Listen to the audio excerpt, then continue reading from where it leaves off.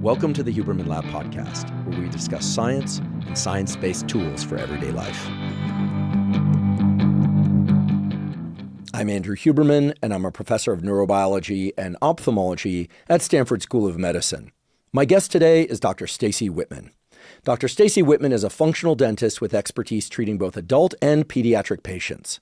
She focuses on oral health as a key feature of overall gut health and a powerful modulator of brain longevity, heart health, hormones, and fertility in both men and in women. Today, we discuss many of the common myths about tooth and gum care and how to use specific nutrition, breathing, and cleaning methods to repair cavities, whiten teeth, and freshen breath, while at the same time improving the oral microbiome. This is very important because, as Dr. Whitman explains, most of the things that people do in pursuit of better tooth health and appearance and fresh breath actually damage their oral microbiome and indeed can lead to serious cardiovascular issues. So today we discuss how to brush, how to floss. I know we've all heard that we need to brush and floss, but Dr. Whitman explains exactly how to do those so that they are of the maximum benefit for our tooth health, gum health, and oral health generally. We also discuss the science and benefits of things like tongue scraping and oil pulling. And we discuss fluoride, which of course is a very controversial and timely topic nowadays. It's a very interesting conversation that I believe everyone, young, old, parents, and kids need to be aware of. We also discuss treating things like tongue ties, deviated septums, canker sores, and more. By the end of today's episode, you'll have the most up-to-date knowledge about how to take care of your oral health, both for aesthetic reasons and, of course, to reduce cavities and gum disease, and in doing so, how to support your brain and heart longevity. Before we begin, I'd like to emphasize that this podcast is separate from my teaching and research roles at Stanford. It is, however, part of my desire and effort to bring zero-cost-to-consumer information about science and science-related tools to the general public. In keeping with that theme, this episode does include sponsors. And now for my discussion with Dr. Staci Whitman. Dr. Staci Whitman, welcome. Thank you, Andrew. I'm super excited to talk about oral health from all perspectives. Your public-facing content, especially on Instagram, has completely transformed the way I think about this thing that I call my mouth, that people think of as their teeth and their mouth and their breath and their tongue and all this stuff, as a key site for evaluating and maintaining health of my brain, my body, and today you'll make it clear as to why that's the case. I'd like to just start by looking at this oral health thing through the lens of what I think most people think of when they hear the words oral health, which is people want, it seems, whitish or very white teeth, depending on their preference. They want fresh breath, or at least to not have bad smelling breath. And they want their mouth to sort of feel good, right? The question I have is, what are some of the things that many, many people do in trying to have white teeth, fresh breath, that actually are very destructive for our teeth and our oral microbiome? And if we go through that entry point into this conversation, then we can get into some of the specifics of why that is. So what's something that you see many people doing in terms of trying to have bright white teeth that actually is harming their teeth? Sure. Great question. Great way to start off. So I first want to commend you and thank you for including the oral microbiome and oral health as one of the pillars of health. That means a great deal, and it has a lot to do with this answer. So unfortunately, we have been taught that we need to carpet bomb the mouth. We need to add astringents and alcohols and foaming agents and really strong essential oils to clean, disinfect, and to freshen the breath. But what we're doing with these products is damaging our delicate microbiome, which can make things far worse. So much of oral health is a less is more approach, and it's not so product heavy. It should be more focused on diet and lifestyle, like anything with health. Unfortunately, dentistry has been separated and compartmentalized out of the body, like much of medicine. You know, we're so specialized and subspecialized, and dentistry is included in that. And we need to remember it's all interconnected, and what we're doing to the mouth, whether it be strong toothpaste, mouthwashes, certain gums, and even what we're eating and how we're breathing can really do a number on our oral health. And so it's taking a different perspective, and it's a bit of a mindset shift to really get us back to optimization. So do you think that most of the common over-the-counter toothpastes while they smell minty or pepperminty and taste minty and pepperminty, are they effectively cleaning teeth? And are they causing any damage to teeth by virtue of what they have in them? It really depends on the ingredients. So I'd like people to start looking at their oral health care products like they're starting to look at food labels. We should be reading the ingredients and understanding why they're there and what they're doing, where are they sourced from. But certainly that I think so many of us feel it has to burn and foam to be effective. What is toothbrushing? What is it really doing? You're disrupting the biofilm, which is really the plaque or the bacteria that are adhered to your teeth. And so all these extra bells and whistles, it's sort of extra credit. But if you're perfectly imbalanced, we shouldn't need all these stripping agents and strong mints and things. So, for example, sodium lauryl sulfate is a foaming agent, but it also can be really disruptive to the oral mucosa and can lead to oral ulceration. So that's a common ingredient that causes foaming that I would argue we do not need. Your toothpaste shouldn't foam, nor should it burn.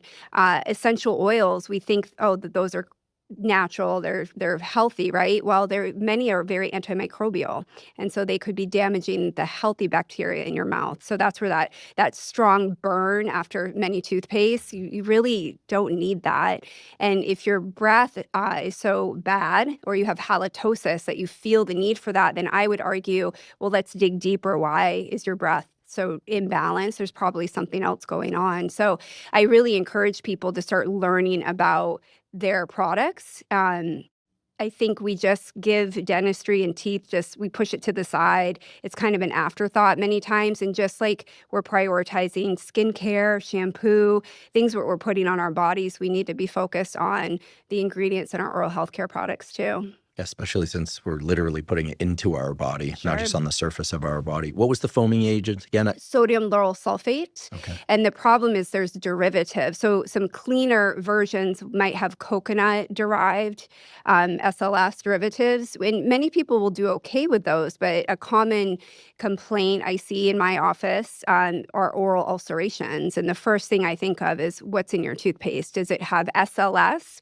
or a derivative? Because we're all different, and some people have more sensitivities and will react more to those. Are oral ulcerations canker sores? Yeah. Or are canker sores? Abscess ulcers, or yes. So if one gets a canker sore, what does that reflect typically? Is it, let's assume the toothpaste doesn't have anything to do with it. Is that a disruption in the microbiome? Is it from a physical injury, like a bite to the gum? Could be all. Okay. So it could be secondary to trauma, certainly. It can be viral related. So the herpes virus often will result in oral ulcerations. HSV-1. Yes. But also, and this is not on many people's radars, the mouth is the gateway into the body, and the mouth is the gut. I want people to start thinking of it that way. So what happens in the mouth can be a reflection of what's happening in the gut. And so a lot of times when I have patients that come in with recurrent aphthous ulcers or ulcerations, that can be a sign of Crohn's or celiac, IBS, like something going on deeper within that we need to be evaluating, food sensitivities, etc. I'd like to take a quick break and acknowledge our sponsor, 8 Sleep. 8 Sleep makes smart mattress covers with cooling, heating, and sleep tracking capacity.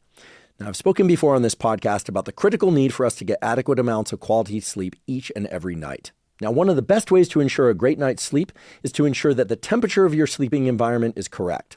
And that's because in order to fall and stay deeply asleep, your body temperature actually has to drop about 1 to 3 degrees. And in order to wake up feeling refreshed and energized, your body temperature actually has to increase by about 1 to 3 degrees. 8 Sleep automatically regulates the temperature of your bed throughout the night according to your unique needs. Now, I find that extremely useful because I like to make the bed really cool at the beginning of the night, even colder in the middle of the night, and warm as I wake up. That's what gives me the most slow wave sleep and rapid eye movement sleep. And I know that because 8 Sleep has a great sleep tracker that tells me how well I've slept and the types of sleep that I'm getting throughout the night. I've been sleeping on an 8 Sleep mattress cover for 4 years now, and it has completely transformed and improved the quality of my sleep. Their latest model, the Pod 4 Ultra, also has snoring detection that will automatically lift your head a few degrees in order to improve your airflow and stop you from snoring. If you decide to try 8 Sleep, you have 30 days to try it at home, and you can return it if you don't like it. No questions asked, but I'm sure that you'll love it. Go to 8sleep.com/Huberman to save up to $350 off your Pod 4 Ultra. 8 Sleep ships to many countries worldwide, including Mexico and the UAE. Again, that's 8sleep.com/Huberman to save up to $350 off your Pod 4 Ultra. Today's episode is also brought to us by BetterHelp. BetterHelp offers professional therapy with a licensed therapist carried out entirely online. I've been doing weekly therapy for over 30 years. Initially, I didn't have a choice. It was a condition of being allowed to stay in school. But pretty soon I realized that therapy is an extremely important component to overall health. In fact, I consider doing regular therapy just as important as getting regular exercise, which of course I also do every week. There are essentially 3 things that great therapy provides. First of all, it provides a good rapport with somebody that you can trust and talk to about any and all issues.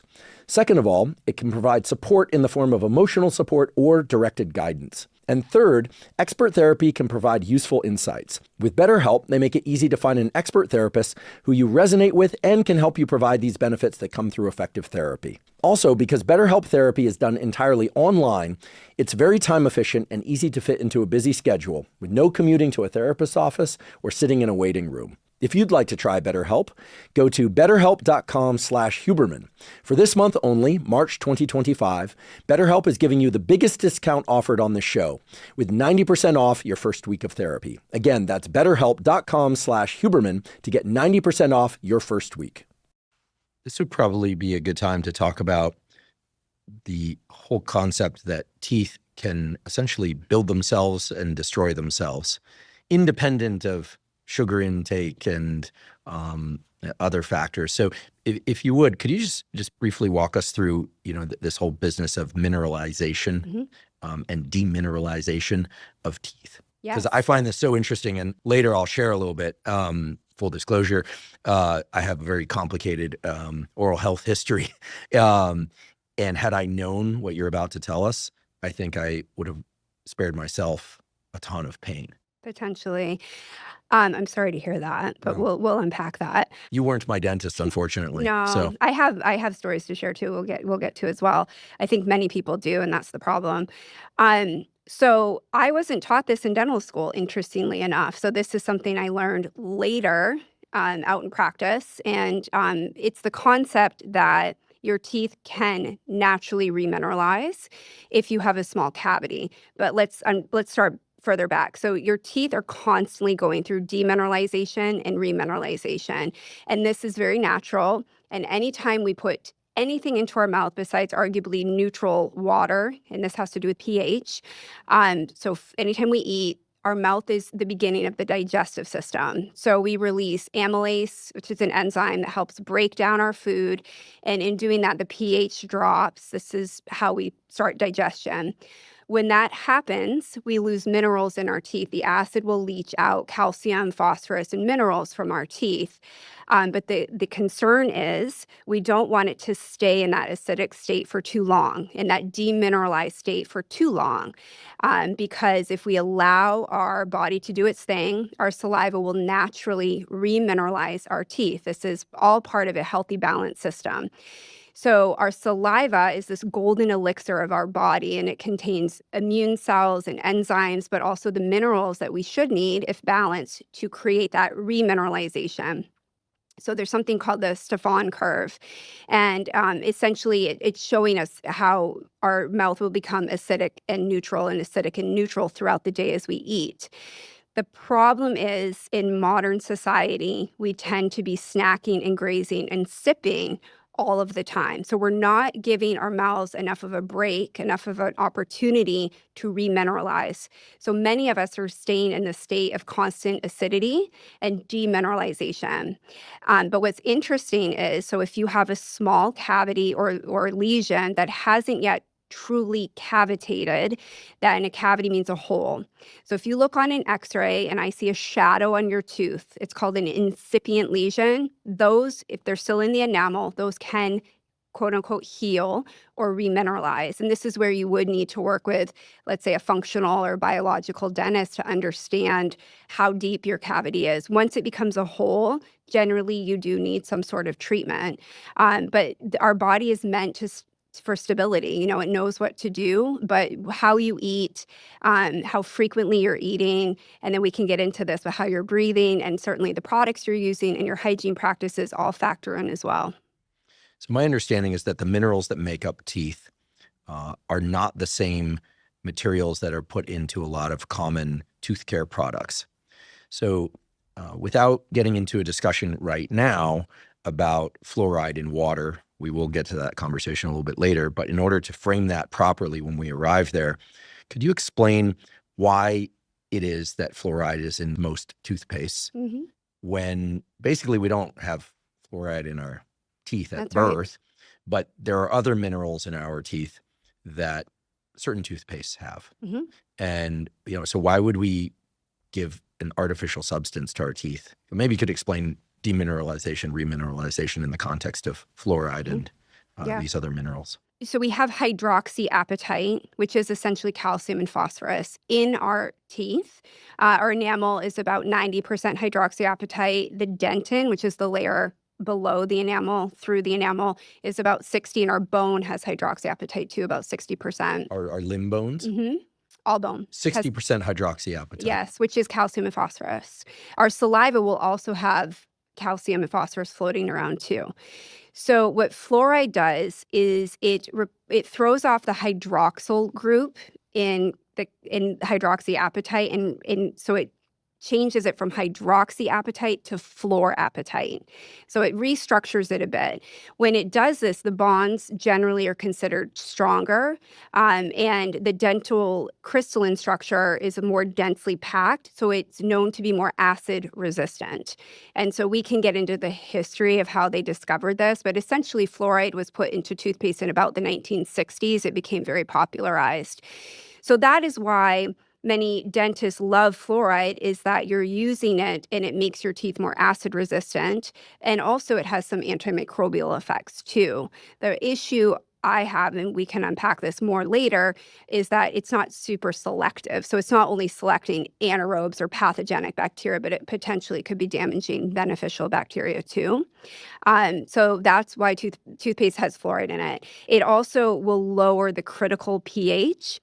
So the critical pH is the pH of which your enamel will start to demineralize or degrade. And for enamel, it's 5.5. And then for dentin, it's closer to 6.5. So what fluoride does is it raises the pH resistance. I see. So for people that aren't familiar with pH, is a measure of how alkaline or acidic a given environment or something is.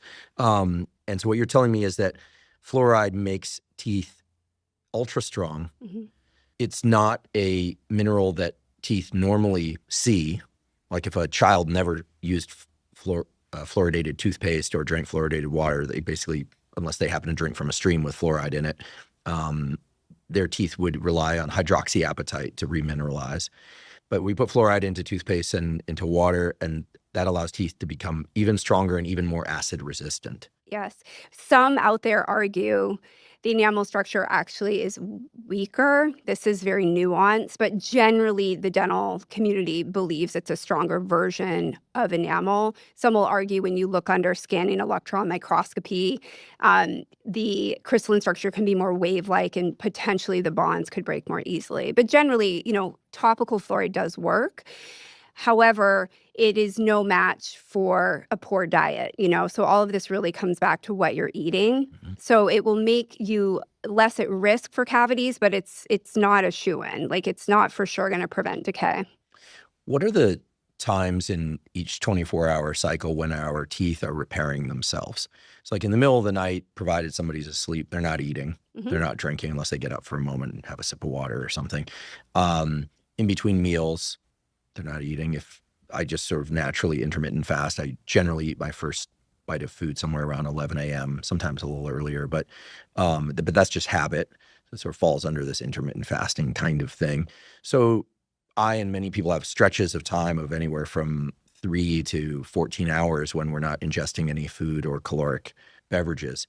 Is that when remineralization occurs? It's a tricky tough word. one. It's a tough one. Remineralization. We'll have to do it. Remineralization. Right. Oh, that's right. You have to put the accent. Remineralization. Thank you. That helps.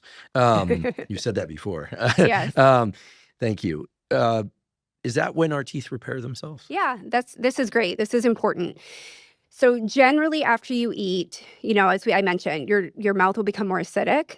After about 20 to 30 minutes, your saliva will naturally start to buffer. So it will start to rise and raise the pH up.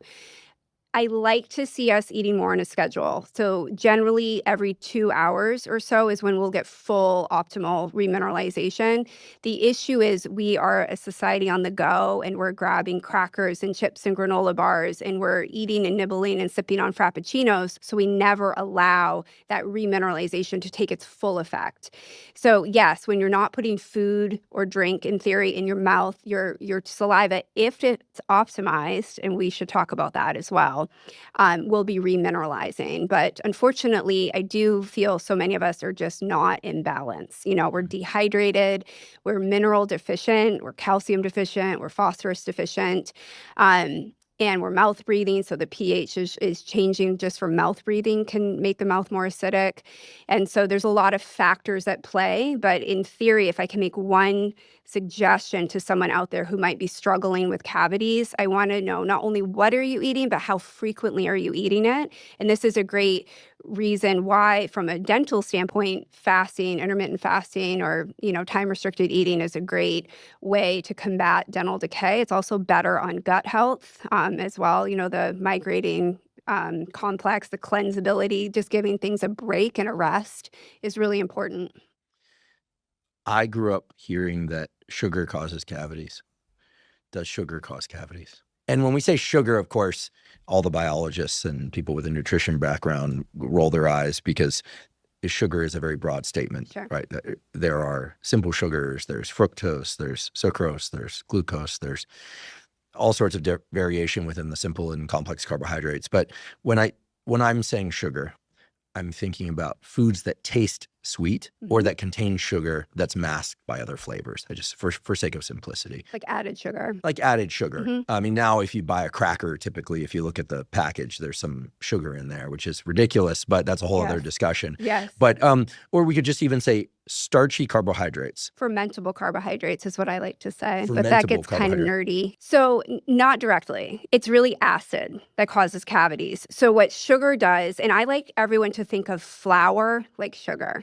This is also very important because the bacteria in our mouth, they thrive, the pathogenic bacteria, they thrive on sugar. But flour will act like sugar in the mouth. So they'll also thrive on flours. So the crackers, the bread. Even a good sourdough bread? Well, the issue Do I have to give up sourdough is, bread? I like sourdough too. The issue is more contact time. So things that are really sticky and dried, I would argue. So crackers or toast. Chips. I mean, think about if you take a handful of goldfish crackers. I haven't done that in a long time, but imagine that. It's all throughout your teeth, in between the teeth, down in the grooves. It's sticky. It's just a smorgasbord for the bacteria. And so what do the bacteria do when they metabolize the sugar or the flour? They release acid. And so if that food substrate is stuck against the tooth for a long period of time, and these foods are also hyperpalatable, so we're meant to be just snacking and grazing, hitting the bliss point, grab a handful, go do something, come back, grab another handful. You're just constantly feeding that bacteria. So your mouth is staying constantly acidic. So it's truly the acid that causes cavities. But I would argue that sugar or flour is kind of the catalyst that feeds the bacteria to create that imbalance. Is it fair to say, I know you prefer the term fermented carbohydrates, or trying to, for most people who don't think in terms of starches versus fiber, simple, although nowadays people are more versed in that sort of thing, I think of carbohydrates or foods for that matter, that if you put them in your mouth and you just kind of kept them there for a little bit, that they would dissolve, like a cracker, like a chip, like rice, like a piece of pasta, as opposed to like a piece of broccoli, which would get soggy, but it's got a lot of fibrous material, so it doesn't dissolve in the mouth. And interestingly, broccoli or prebiotic fiber is what feeds the good bacteria. So I work mostly with children now, and we can talk about why that transition happened. I used to work with adults, but I teach them eat the rainbow, feed the good guys. Okay, so we want to feed our healthy bacteria more than we want to feed the bad bacteria. And that's not to say you can't ever have fun and enjoy some fun foods, but it's all about balance. And so I think people don't realize the true root cause issue with dental disease is primarily diet. You know, we're so hyper-focused on fluoride and what's in your toothpaste and the mouthwash and all these products, but all of those things are really just masking the underlying issue, which is how are these bacteria behaving? What types of bacteria and in what ratios do we have them in the mouth? And how often are we feeding them? So I'm hearing this as a repeating theme that diet and lifestyle are going to be more important than drugs or products for keeping the mouth looking good and healthy. Yes. I mean, for example, I personally haven't used fluoride for many, many years, and neither have my children, just because I know there are other ways to prevent disease. And I have many of my patients that choose not to use fluoride or these products also. I think so many people have been taught you have to have this product, fluoride, et cetera, to stay cavity and disease free. But if you eat a clean diet, focus on just some of the pillars of health, that will translate into the mouth as well. Perhaps it's worth mentioning just what some of the facets of a clean diet are through your lens of, what you consider clean diet. Sure. So I'm not advocating for any one diet, and I do believe we're all different. So what works for some people may not work for others. But generally what I suggest is really high quality protein sources, a wide array of vegetables, fruit. I would argue you should limit fruit potentially, especially if you're a high decay risk, just because there is sugar, fructose. But I don't want to villainize fruit. There's so many healthy benefits, the polyphenols and everything in it. So nuts, seeds, olives, pickles. I love fermented foods for gut health and then oral microbiome support too. So essentially a whole food diet, things that come from the earth and more from farms and less from factories, less things out of bags. Arguably ultra processed foods should be avoided as much as possible or minimized, and then trying to stick to minimally processed or unprocessed foods. Is it fair to say that if one does that, either a child or an adult, that their oral microbiome will not only get healthier, but that their teeth will get whiter? And the reason I keep bringing this up is I think a lot of people want white teeth, or at least not yellow teeth. Sure. Having been involved in the public-facing health education business for a little while now, I realize that nothing that is encouraged to be good for us that takes away from the way that people want to look and feel about how they look gets much traction. So what I like about what you're telling us is that all the things of eating mostly unprocessed or minimally processed foods, those are going to be good for our entire body. Great that it's great for our oral microbiome. Probably is good for our whole body because of its effects on the microbiome, at least in part. But what makes teeth white? And will supporting the oral microbiome make our teeth whiter? Yeah. And by the way, there are some folks out there whose teeth need to be less white, in my opinion. Agree. Totally agree. And we're being somewhat facetious, but not really. But I think most people would like to have teeth that would be characterized as mostly white. Yeah. We want to look good. I mean, I appreciate and respect that. I do think we've moved a little away from reality with some of that. So I agree with you. I think there are teeth out there that could not be quite so bright, but you do you. I think everyone should do what makes them happy. So what makes teeth white? So interestingly, if you look at a baby tooth next to an adult tooth, and I get this call all of the time from parents. So the child loses their first baby tooth, the adult tooth starts to come in, and adult teeth are quite a bit darker than baby teeth, which are very white and bright, and they're worried. What's wrong with my child's teeth? They're so yellow. That's actually a very natural shade of enamel. And why is that? It all has to do with that crystalline structure and the mineralization. So baby teeth are less mineralized, and the crystalline structure is a little more haphazardly arranged. It's not quite as organized. So instead of like Lincoln logs lined up, it's more like pickup sticks to some degree. Why is that? Baby teeth are meant to resorb, dissolve, and fall out. Okay, so this is why baby teeth are also much more susceptible to decay. So the whiteness is coming how the light reflects and refracts off the teeth, which is a lot of times why you'll hear if you use hydroxyapatite or even coconut oil is changing the surface modification. So it's changing the way light reflects and refracts off that tooth to make it seem whiter and brighter.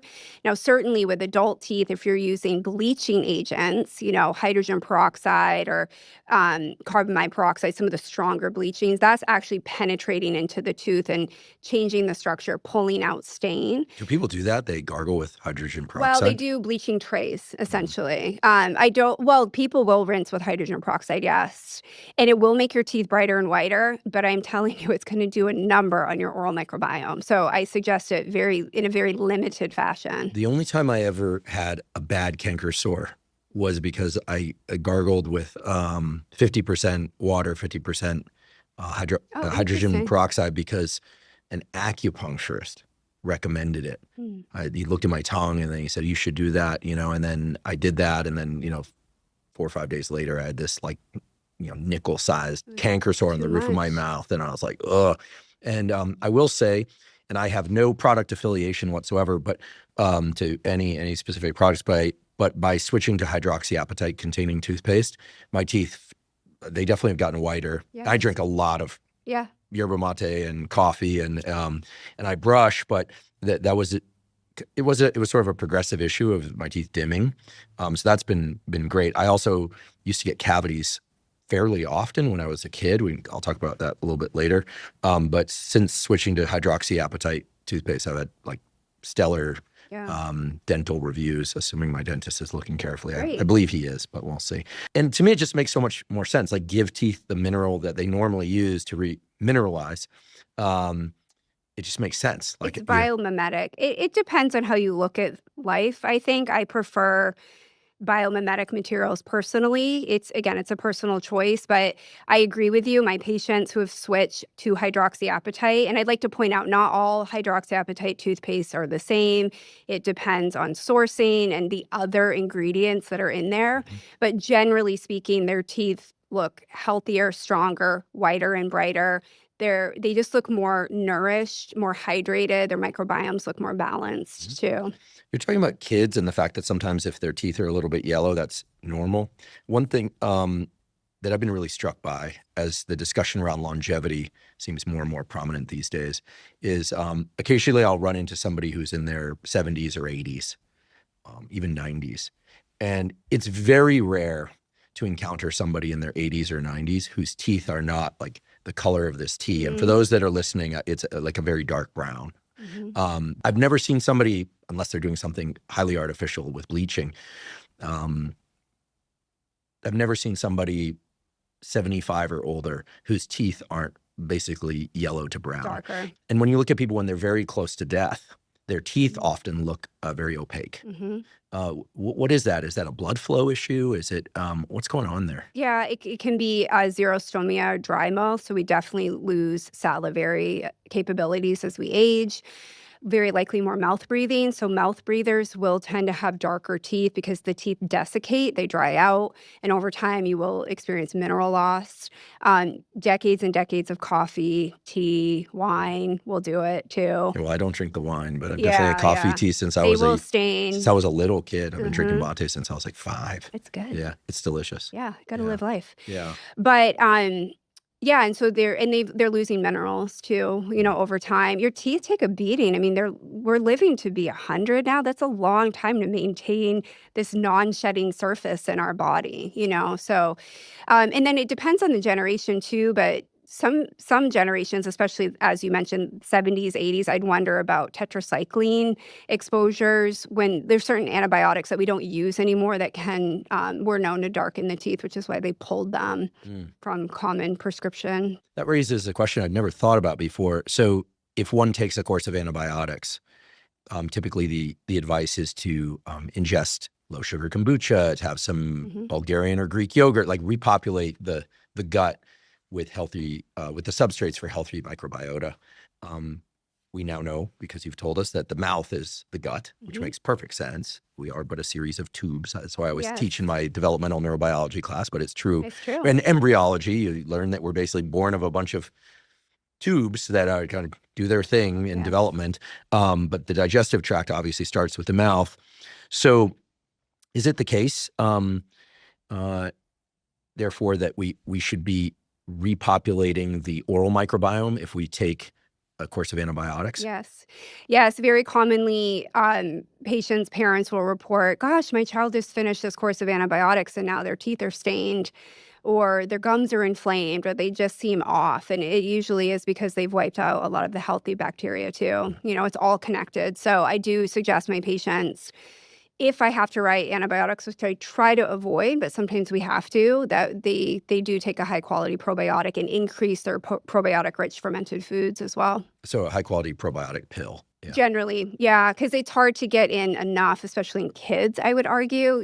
Kids aren't usually eating a lot of sauerkraut and kimchi and natto, but you could do kefir, yogurt, as you mentioned, low sugar, kombucha, etc. But usually a high quality gut probiotic will have some benefit to the oral microbiome, but they also do have oral probiotics to focus on the bacteria of the mouth. What about mouthwashes? Yeah. I've never liked them. They burn, for one. And then I learned some years ago, and this is just kind of fun to cue to, years ago, it must have been like 8-10 years ago, I heard, I think on the Tim Ferriss podcast, somebody said, mouthwashes will nuke certain chemicals that are essential for cardiovascular function. And so don't use them. Don't use mouth strips. Don't use any of that stuff. And at that time, that was considered like clear, quote unquote, pseudoscience. Nobody like alternative science, outrageous. Sure. Now we know this is actually true. And this always delights me and scares me at the same time, that many of the things that right now people go, oh, that's pseudoscience. Creatine seems to be a big thing right now. 10 years ago, it was only the gym rats that we're talking about. Now everyone's like creatine. Everybody needs it. So what's the story on mouthwashes and mouth strips and mints and things of that sort? That again, like people just want to have fresh breath, or at least they don't want to be the person with the bad breath. Sure. Yeah. So Listerine and those stronger rinses in particular, they generally contain alcohol, astringents, really strong antimicrobials. It says kills 99.9% of germs. Well, I think we've learned we're over disinfecting. This is why asthma is up, eczema, allergies are up in our children. We now are saying get into the dirt, get exposed to microbes and things. So we're carpet bombing the mouth. What we've learned through the data, and you're right, there are studies to show that chronic habitual use of these mouthwashes, including prescription strength mouthwash like chlorhexidine is a common one, it can damage the nitrate reducing bacteria. So we have bacteria in the dorsum of our tongue specifically, that is essentially your tongue, that reduces nitrate to nitrite, which is a precursor to nitric oxide. Nitric oxide is a molecule that is really important for cardiovascular health and vasodilation and immune health. So if we're indiscriminately carpet bombing the mouth with these really strong astringents and rinses, we can be affecting our cardiovascular health. And there are studies to show it can increase blood pressure and potentially cause cardiovascular issues. So when I hear someone say, but my breath is so bad, I have to use this multiple times a day, I immediately think, well, gosh, why is your breath so bad? It's normal to have bad breath after you eat a garlic hummus or have a cup of coffee. But if it's chronic halitosis or bad breath, I'm curious, do you have periodontal disease, which is a chronic inflammatory issue in the mouth, which can have a slew of downstream effects, which we should discuss in a bit. Or do you have an infection? It could be a sinus infection, postnasal drip. Do you have tonsil stones or tonsillar infection? Like what else is going on in your mouth where you feel you need this multiple times a day to even feel like you can present yourself in public? Really strong essential oils and mints, again, I'd be cautious with that. Every once in a while, throwing in a piece of gum or a mint, of course. It's really the habitual use of these things that can be damaging. I'd like to take a quick break and thank our sponsor, AG1. AG1 is an all-in-one vitamin mineral probiotic drink with adaptogens. I've been taking AG1 daily since 2012, so I'm delighted that they're sponsoring this podcast. The reason I started taking AG1 and the reason I still take AG1 is because it is the highest quality and most complete foundational nutritional supplement. What that means is that AG1 ensures that you're getting all the necessary vitamins, minerals, and other micronutrients to form a strong foundation for your daily health. AG1 also has probiotics and prebiotics that support a healthy gut microbiome. Your gut microbiome consists of trillions of microorganisms that line your digestive tract and impact things such as your immune system status, your metabolic health, your hormone health, and much more. So I've consistently found that when I take AG1 daily, my digestion is improved, my immune system is more robust, and my mood and mental focus are at their best. In fact, if I could take just one supplement, that supplement would be AG1. If you'd like to try AG1, you can go to drinkag1.com/Huberman to claim a special offer. They'll give you 5 free travel packs plus a year's supply of vitamin D3K2 with your order of AG1. Again, go to drinkag1.com/Huberman to claim this special offer. Today's episode is also brought to us by Joovv. Joovv makes medical-grade red light therapy devices. Now, if there's one thing that I have consistently emphasized on this podcast, it is the incredible impact that light can have on our biology. Now, in addition to sunlight, red light and near-infrared light sources have been shown to have positive effects on improving numerous aspects of cellular and organ health, including faster muscle recovery, improved skin health and wound healing, improvements in acne, reduced pain and inflammation, even mitochondrial function, and improving vision itself. What sets Joovv lights apart and why they're my preferred red light therapy device is that they use clinically proven wavelengths, meaning specific wavelengths of red light and near-infrared light in combination to trigger the optimal cellular adaptations. Personally, I use the Joovv whole body panel about 3 to 4 times a week, and I use the Joovv handheld light both at home and when I travel. If you'd like to try Joovv, you can go to Joovv, spelled JOOVV.com/Huberman. Joovv is offering an exclusive discount to all Huberman Lab listeners with up to $400 off Joovv products. Again, that's Joovv, spelled JOOVV.com/Huberman to get up to $400 off. Okay, so those are some don'ts. What are some things that we can do to improve the chemistry of our saliva and our mouth? And just to, in full disclosure here, won't be the disclosure most people are anticipating. What I'm trying to get at here is all the chemical aspects of the chemistry of the mouth. Mm-hmm. Like, because when I think about biology, just because of my training, I think, you've got chemical forces and you have mechanical forces. Mm-hmm. Like there's stuff that literally like moves, or you could, chip a tooth, or things that you shouldn't do to protect your teeth. And then there's how to create the right chemistry environment. Yep. So that's really what we're talking about here. And I'm trying to figure out, how could I have the best possible saliva? Yeah. I want to be the person with the best possible saliva. Good spit. Yeah. Good Don't spit. underestimate your spit. It's true. It's the golden elixir. So of if I your were body. to put spit into like under the microscope, and then also take some of my spit and put it in mass spec and separate out all the goodies that are in there. Just give us a sense of the kinds of goodies that are What's in in spit. Because it just looks like a bunch of clear liquid to people, but blood Sure. looks like just a bunch of red liquid, and there's a lot of stuff in there. There's so much in it. It's so important. So it has bacteria, viruses, fungi, like all protozoa, hopefully in the right ratios.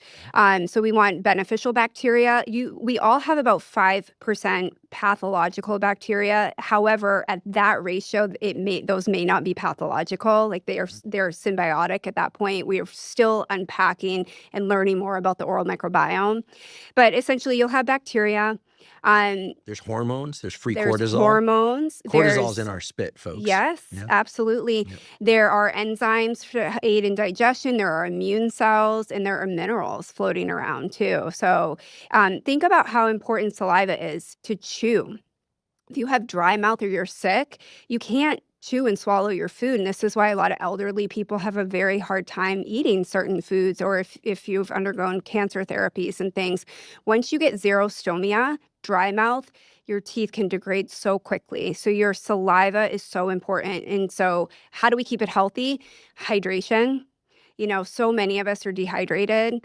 I would argue we aren't getting enough minerals either. So, I suggest to some kids, I can tell in a child's mouth if they're hydrated or not by the way their saliva looks. If it looks more thick and ropey and mucusy, they're dehydrated. If it looks like water, it's healthy. This is without any tests. So put a pinch of salt in your water or some electrolytes. That can really help with bioavailability and absorption. How you're breathing is incredibly important too for your salivary health. So if you're mouth breathing, you will have less saliva. Your mouth's going to dry out, the pH will drop, and you're going to be in trouble. Dry mouth leads to cavities. Dry mouth leads to gum disease. And then the foods we eat, of course, too, we want to have a mineral-rich diet. So many of us are mineral deficient, we're magnesium deficient, we're fat-soluble vitamin deficient, particularly vitamin D3, K2. So I think it is good. I like the idea of test, don't guess. If you have the capability to work with a doctor to see where you are with some of these things, to know if you need to supplement or not, or how you can change your diet. Sorry to interrupt, but Yeah. would I test my saliva specifically? Is there a good saliva test out there? That would be a different test. So this would be more of a blood test. Like a standard blood test. But there is salivary analysis, and we should discuss the importance of testing your oral microbiome. I think just like so many of us test our gut microbiomes now, GI mapping, stool tests to understand what's happening in the gut. There's salivary analysis now, and this is what a lot of functional dentists are working toward. I do salivary analysis and biomarker analysis in my practice.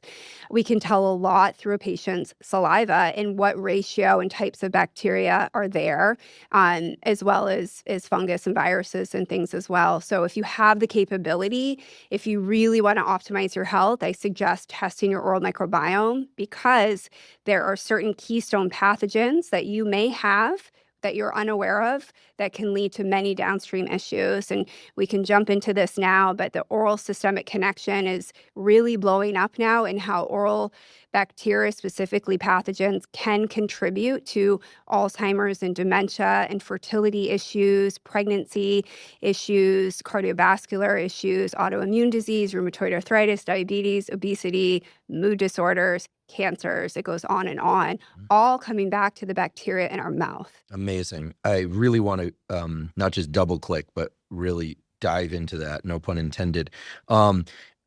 I do want to just ask, because a subset of listeners will be interested in how they could get their saliva tested. Yes. I've never had my saliva tested. I will say that based on your teachings online, I've made an effort to drink more water in addition to massive amounts of yerba mate and small amounts of coffee. I've made an effort I switched to a hydroxyapatite containing toothpaste, which has been terrific for all sorts of reasons. I've really emphasized nasal breathing. That's something I was into before through the sports performance world, because my friend Brian McKenzie, who's a human performance expert, was really big on this a while ago. And the healthiest my breathing and cardiovascular function ever was, for me, was when something I don't suggest people do unless it's their profession. I was boxing for about a 5-year span, and I had a fitted mouthpiece, and I would do my running, my road work with my mouthpiece and breathing through my nose. And that taught me to really how to breathe correctly through my nose. And it translated to switching to nasal breathing when I slept. I didn't sleep with the mouth guard in. But I think that breathing through the nose is just so important for the reasons you're describing, James Nestor has described. And I will share this little factoid, and then I'll shut up and nasal breathe. A friend of mine who is a physician at UCSF, he told me that the methamphetamine addicts that come in have terrible teeth. Everyone knows this. Meth addicts have terrible teeth. But do you know why it is? He works with the School of Dentistry. It's because they're mouth breathing. I've worked with that population. Meth before. doesn't actually deteriorate the teeth. It's the fact that they're mouth breathers. And so I find this fascinating. And then, of course, the book Jaws, which was published by Paul Ehrlich and Sandra Kahn, my amazing colleagues at Stanford, years ago. And by the way, when they published that book, people said, oh, this is pseudoscience. This is crazy. You're saying nasal breathing, epidemic of, fear mongering. Well, it is. We now know this is a real thing. It's an epidemic. So, so how do you encourage kids and adults to switch from mouth breathing to nasal breathing? Yes, this is a big part of my practice. So we need to understand the why, just like anything. Why are you a mouth breather? So humans are obligate nasal breathers, where we are meant to be breathing through our nose. Unfortunately, so many of us are mouth breathers. They estimate up to 50% of the population now breathes through their mouth. I personally think that's an underestimate with what I'm seeing in my practice. So why is this? So the theory is that ancestrally, we used to chew and masticate up to 4 hours a day. This active chewing, it forces out. It was actually what grows the face, the lateralization of the tongue elevating. It would grow the jaws wide, the sinuses wide, including breastfeeding. Okay. We now flash forward 10, 12,000 years. Okay, so we had the agricultural revolution where we went from hunter-gatherer society to agrarian. Then the industrial revolution, we started milling and processing everything. Everything's soft and mushy now. We used to chew 4 hours a day. We now chew 4 minutes a day. So there's atrophy essentially. We slurp our food. We slurp our food. It's like that movie. What was that futuristic movie with the little robot? WALL-E? I hated that movie. Oh, I cried during that movie. I hated that movie. I was so worried that it was true, and here we are. They're just slurping their food, Yes. lying on recliners. They've outsourced pretty much everything. Yes. So this is many generations of this happening. We're essentially shrinking. James Nestor phrases it, we're disevolving. Okay, so faces are shrinking, jaws are shrinking. This is why we see so much crowding in teeth. If you go to the Natural History Museum in New York, Washington, D.C., look at the ancestral skulls. The teeth are pristine, there's no decay, and all 32 teeth, including the wisdom teeth, fit perfectly into the dental arches. So that was not that long ago in human, our trajectory. So what has happened? It's our food. It's how we're chewing. It's how we're breathing. And so if this structure shrinks, the nasal volume shrinks, the sinuses shrink, the airway shrinks, our tongue has no room in our mouth anymore. So it either sticks out, tongue thrust, or it falls back, and it's obstructing us. So there's so much sleep disordered breathing, dysregulated breathing, and sleep apnea now that's not getting diagnosed. So if we look at children early, and they come into me and I can see it as they walk in, they generally will have forward head posture because they're trying to open their airway, okay? Forward head posture. They have dark circles. That's called venous pooling. That's a sign of inflammation secondary to mouth breathing. You can see more of the whites of their eyes, so it has to do with their visual plane. So forward head posture, the droopy eyes from inflammation, you see more of the sclera, the white of the eye. They just look congested and sick. They just, and their mouths open. And those kids have major airway issues, and we need to understand why. So it is generally either a hard tissue issue or a soft tissue issue. So what would the hard tissue issues be? That would be the size and shape of the jaws, the size and shape of the palate, the position of the jaws. Is your jaw set back? Is it forward like a bulldog? And do you have a deviated septum? They estimate 75% of humans can have some sort of deviated septum, and people think that's ridiculous. It's not just from getting in a fight and getting your nose broken. So think of it this way. If your palate is narrow and I smushed your face like this, the septum has to go somewhere, and so it can't. Okay, so that's what creates the deviated septum. And so if we expand a face, and this is what early functional orthodontists, and this is what I'm doing in my practice, are doing in these younger kids, you put in a little retainer that can help expand the face, and the septum straightens, and now we can breathe better. So that's hard tissue. Soft tissues could be enlarged adenoids, enlarged tonsils, oral motor dysfunction, low tongue tone, low tongue positioning too. How much plasticity is there of the sinuses? So let's say somebody has a partially or severely deviated septum, and they could get surgery. And I want to talk about some of the different surgeries. There's a balloon expansion thing that online it looks really cool. I want to try I this. really want this to happen to myself too. Yeah, like they put the balloon up there, they inflate the balloon. And it's guided. Yeah. They do one that's guided. Yeah, that's they really numb cool. it and then they take it out and this kind of thing. Well, is actually the appropriate way to do it, both in and out through the nose. But if somebody makes the effort to nasal breathe, so maybe they mouth tape at night, or I'm a big fan of shifting from any mouth breathing to nasal breathing by insisting that I nasal breathe while I do any cardio, unless I'm pushing really hard, and then I need to bring mouth breathing into it. But I've noticed, just because I can measure snoring through, I sleep on an 8 sleep, I can measure snoring that way. But even if you don't do that, there are other ways you can measure snoring with an app, or someone can tell you you're snoring. So this isn't about a product per se. But if I force myself to nasal breathe during cardio workouts, especially kind of zone 2, zone 3 stuff, translates to less mouth breathing and snoring in sleep. So the question is do the sinuses actually dilate, or if you have a deviated septum, do you need it surgically or somehow otherwise repaired? It depends on your age. So most facial development is done around the age of 10. So the issue, I would say, with traditional orthodontics, which is when you wait for all the baby teeth to fall out and then you put braces on, you can't control the modeling of the face, the mid-face, the jaws, which is why we now are starting with functional therapies as young as 3 or 4 years old with retainers. So in the middle of our palate is a suture filled with cartilage. And so with kids, it's really easy to manipulate and change facial development. If you make the jaws wider, not only is it improving airway, but the teeth will come in straight. Now they have room. The reason they come in crooked is there's not enough room for them to come in. It's important to note the floor of the mouth, the roof of the mouth is the floor of the nose. So if you expand the palate, the sinuses will get wider. The septum's going to upright. Everything's connected.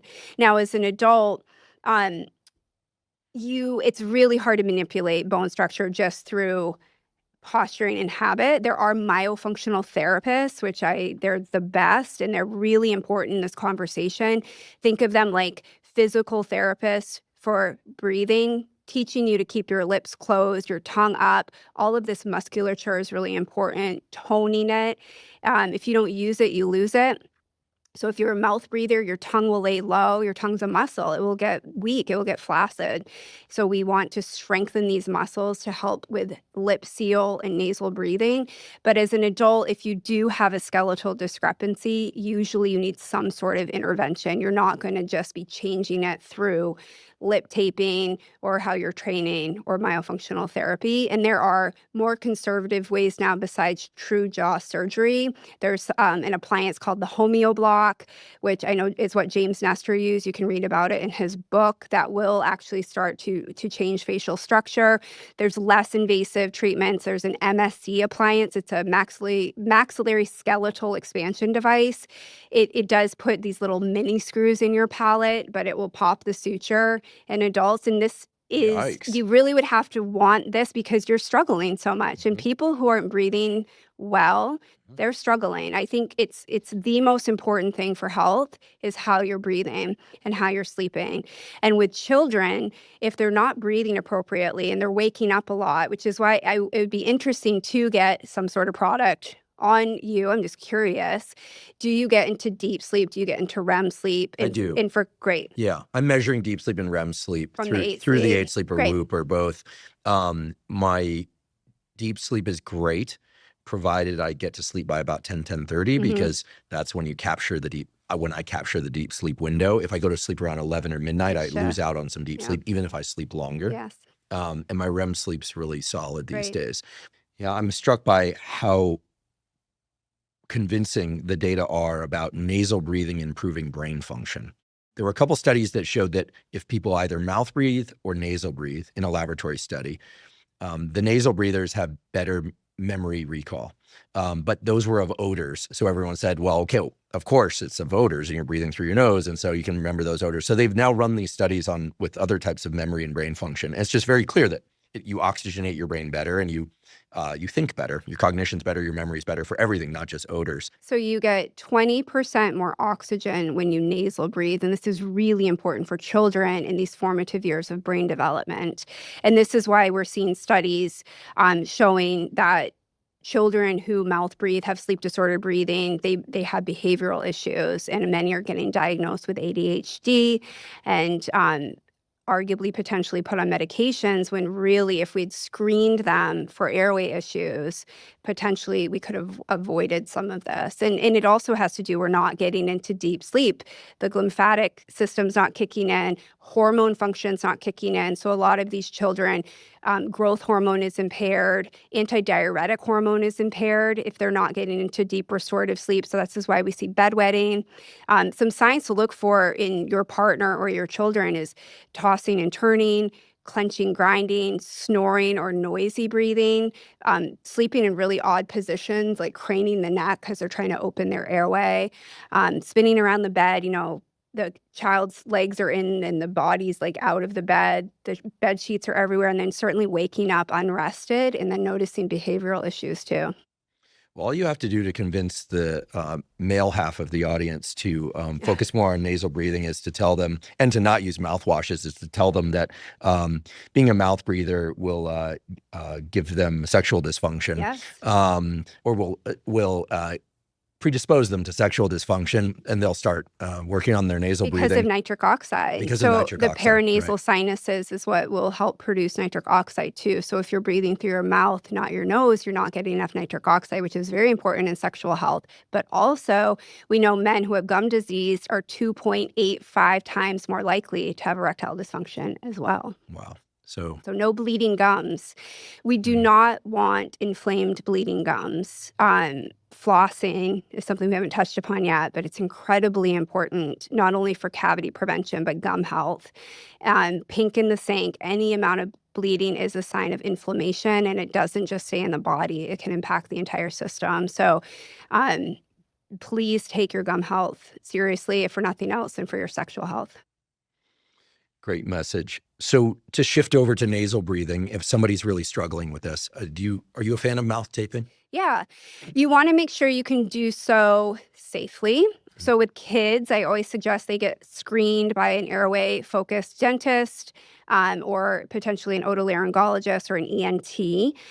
For adults, there is a test that you can do. It's the 3-minute test. Can you breathe through your nose without panicking or feeling sympathetically challenged for 3 minutes? So you can either put water in your mouth, put a piece of paper, tape your lips, and literally time yourself. And if you can breathe through your nose successfully, then you, in theory, can safely lip tape.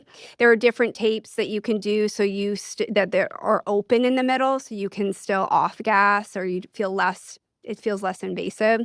And what I suggest if people are interested in it is just start 5 minutes while you're chopping vegetables for dinner, and then move up to 30 minutes while you're watching a show, and then watch a whole movie for 2 hours. And then if you've been able to tape that long, you can do so at night as well. I will tell you, it is one of the top things that I have done to improve my health. And I do see it with my my wearables and my sleep data. Recently, I had the privilege of giving a talk at Stanford with Renee Fleming. It's like one of the world's greatest opera singers alive today. And I said, well, what are some things that you do for your breathing? Because I end up talking a lot for the podcast. And she gave me some lung and diaphragm strengthening exercises. But then the one that she suggested for emphasizing nasal breathing, because there's a lot of nasal breathing that's done quickly and subtly in order to maintain air pressure in the lungs, and for her craft, which I know very little about, but is instead of like doing weight training for the neck, it's kind of a fun one. It doesn't make the neck big, so people will who don't want a larger neck will appreciate that. But to exercise the internal muscles of the neck, and the way you do this is something called kiss the sky. The boxers will actually know this. The old school boxers, it looks ridiculous, but I'll do it because I look ridiculous on this podcast all the time intentionally. So you look up at the sky and you pucker like you were a pufferfish for 15 seconds per side. Interesting. And she said it builds the strength and the neural control over the internal muscles of the neck. So again, no widening or thickening of the neck, but on the inside, and it makes it much easier to take deep breaths through your nose. It probably increases the amount of resistance so that you can fill your lungs more easily. So I've been doing a little bit of like kiss the sky, and it looks completely ridiculous. It's kind of a yoga move too. Yeah. So and you just like really like lip smack as if you were going to kiss the sky from side to side, 15 seconds per side, a couple times per day, or just whenever you remember it. And I mean, her voice is amazing, like her speaking voice and her posture and everything. So I borrowed that one from her. You can do a lot to improve your airway health through breathing rehabilitation. So I think that is a big part that's missing in these conversations with airway health. You know, we talk about, well, you need to see the airway trained dentist, you need to see the myofunctional therapist, the orthodontist, the ENT. Yeah, that's a lot. Just the scheduling of that alone makes me want to take a nap. But it is. It's a lot to unpack airway issues. If parents are out there, there's 2 books, 3 I'd recommend if you're very interested in this, since it impacts so many people. Certainly Breath by James Nestor, Jaws, as you mentioned, by Sandra Kahn, and Sleep-Wrecked Kids by Sharon Moore, if you're a parent. What's the title again? Sleep-Wrecked Kids. Sleep-Wrecked, W-R-E-C-K. By Sharon Moore. So it will just help you screen and understand why we're worried about these things more.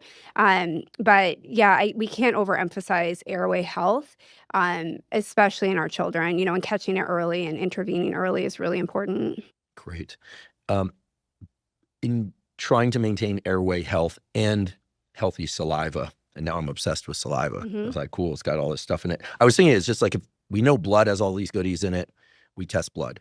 Yes. We know skin microbiome. We know that, women go to an OBGYN, they get pap smears, they get we know if you've ever raised a kid or changed diapers, you can tell a lot about somebody's health by the fluids that they emit and that they have within them. I'd like to place saliva on the list of critical things to pay attention to. But chewing gum, is this good for our breathing and for our saliva or not? I'm not a big gum chewer, but is it good, bad, neutral? Yeah, I think it's time and place can be very beneficial. So where I like it is because I will say, hey, parents, you really need to avoid crackers and chips and granola bars. And they say, what do I feed my kid? You know? So if we've missed the window of how to introduce food to children, or they just favor those type of foods, what's a good strategy if you're out on the go to minimize decay risk and increase salivary health? Chew some gum, particularly xylitol gum, because xylitol will inhibit bacterial proliferation. It will reduce strep mutans, which is the bacteria that causes cavities. Big fan of xylitol. So offering a piece of xylitol gum after an exposure to some of these snack foods, these fermentable carbohydrates, is great. It will loosen the food. It will increase salivary health.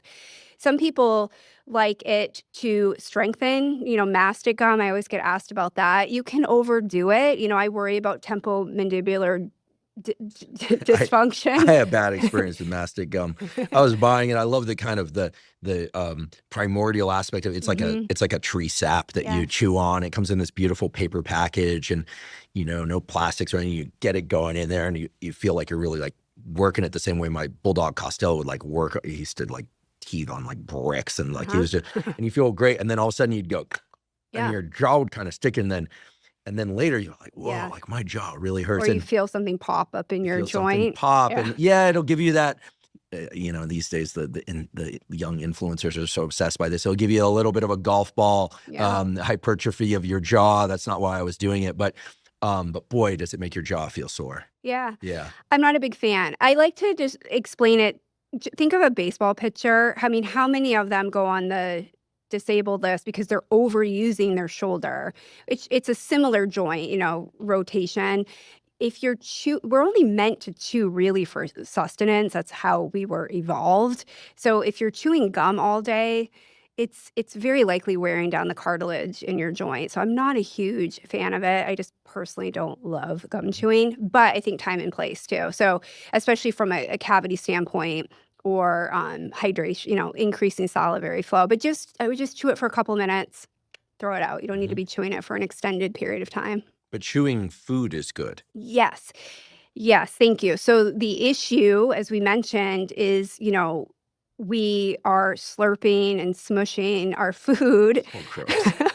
I don't, but to me, almond butter is like never existed in nature. Like the Yeah. idea that you would take like, I mean, almonds are so delicious, right? But that you would like grind them up and put them into a paste. Like to me, the texture is so Well, aversive. you do that in your mouth. Oh, You're I supposed to know. do that through chewing. Just the fact that like peanut butter, like to me, these things make no sense It's whatsoever. Go-Gurts and apple sauces and fruit snacks Baby and food. baby food. It's for animals and people without teeth. Exactly. So I'm not advocating in one camp or the other. There can be a mix, but there's blended food that's offered, or you can do more of a baby-led weaning, which is eating more real foods. Obviously, please be smart about this. Don't give choking hazards to your children.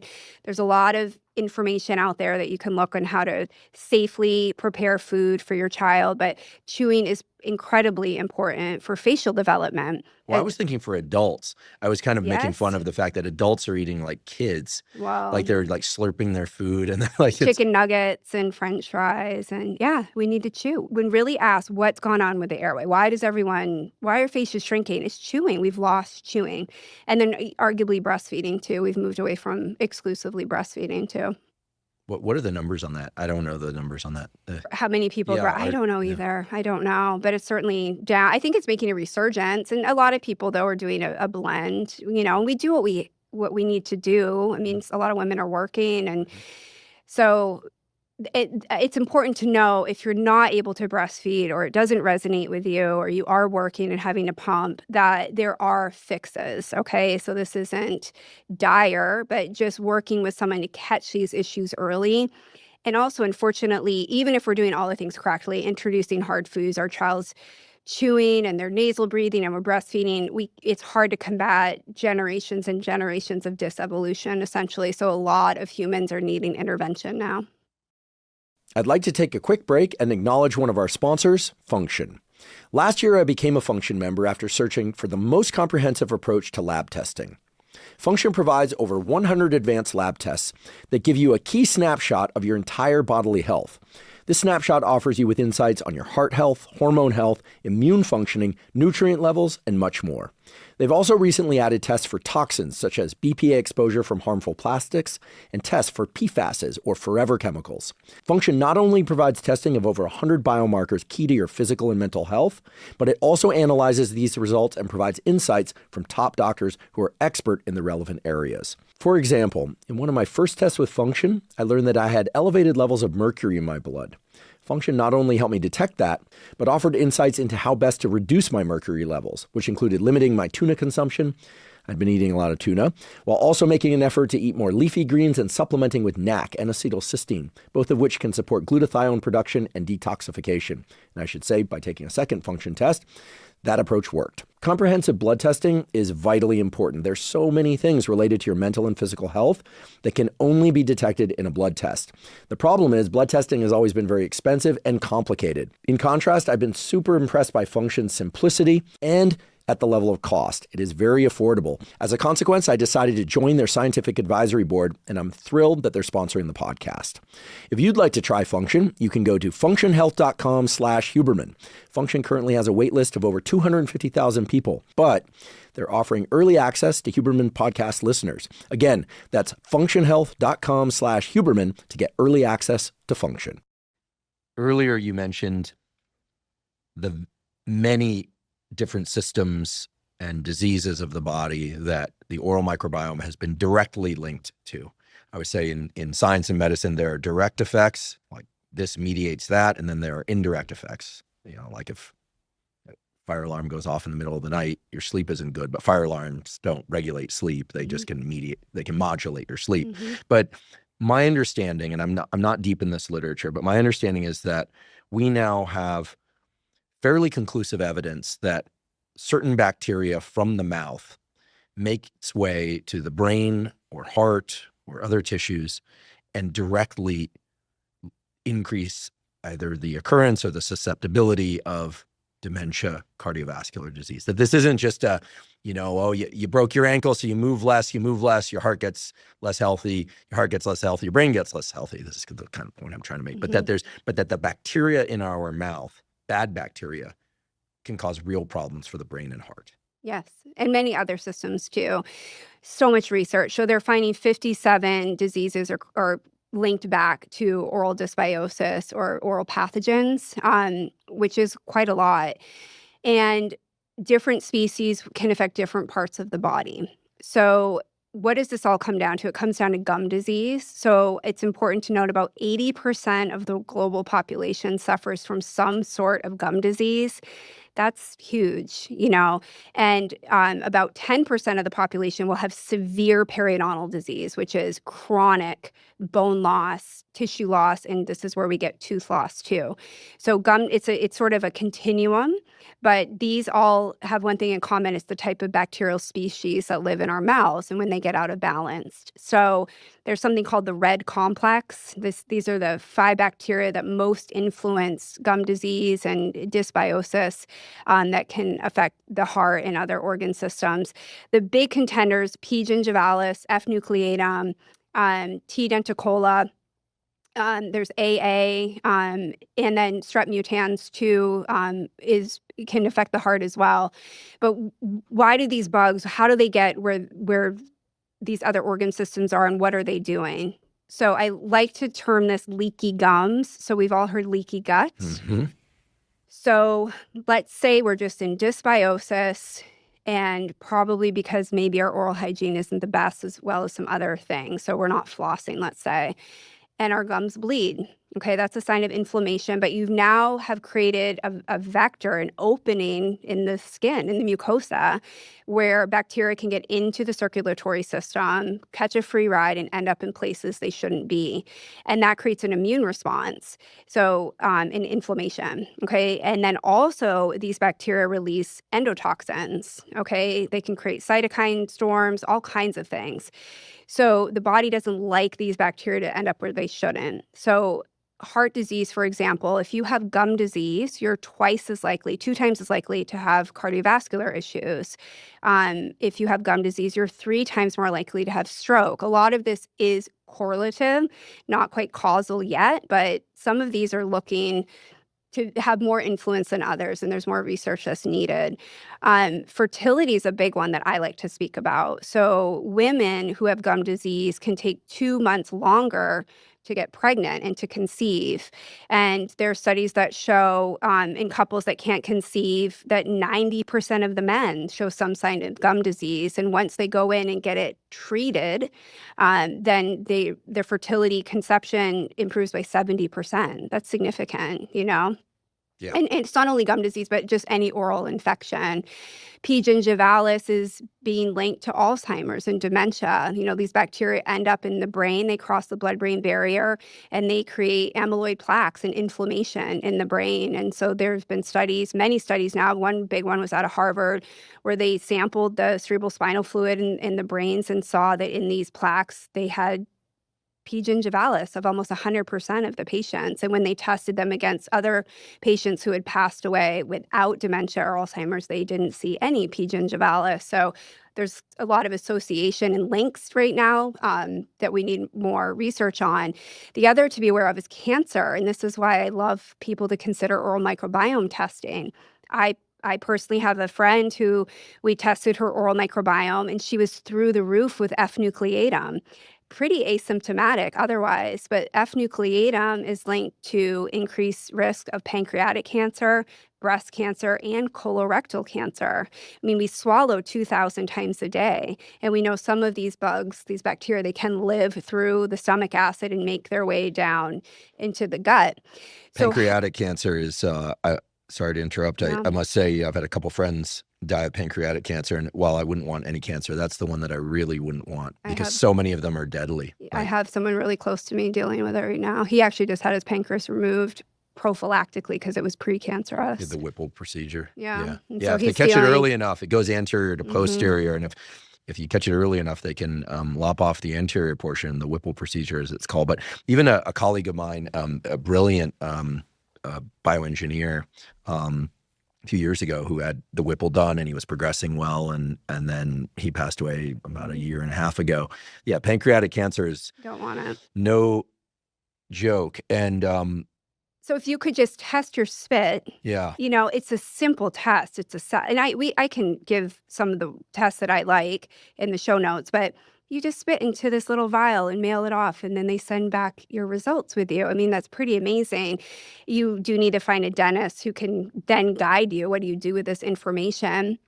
A lot of these pathogens, they do need antibiotics. They're very virulent. They're spirochetes, so they're corkscrew shaped, and they can just impregnate and wedge into tissue. And so sometimes we really do need to be pretty heavy hitting with how we treat them. So antibiotics. What kind of antibiotics are used to treat these It's things? usually an amoxicillin type of blend that they'll use. Okay, Yeah. radical idea that's going to get me in trouble with my more natural health audience, but I speak to those, or they're more Everyone. pharmaceutical, more nothing, don't take anything.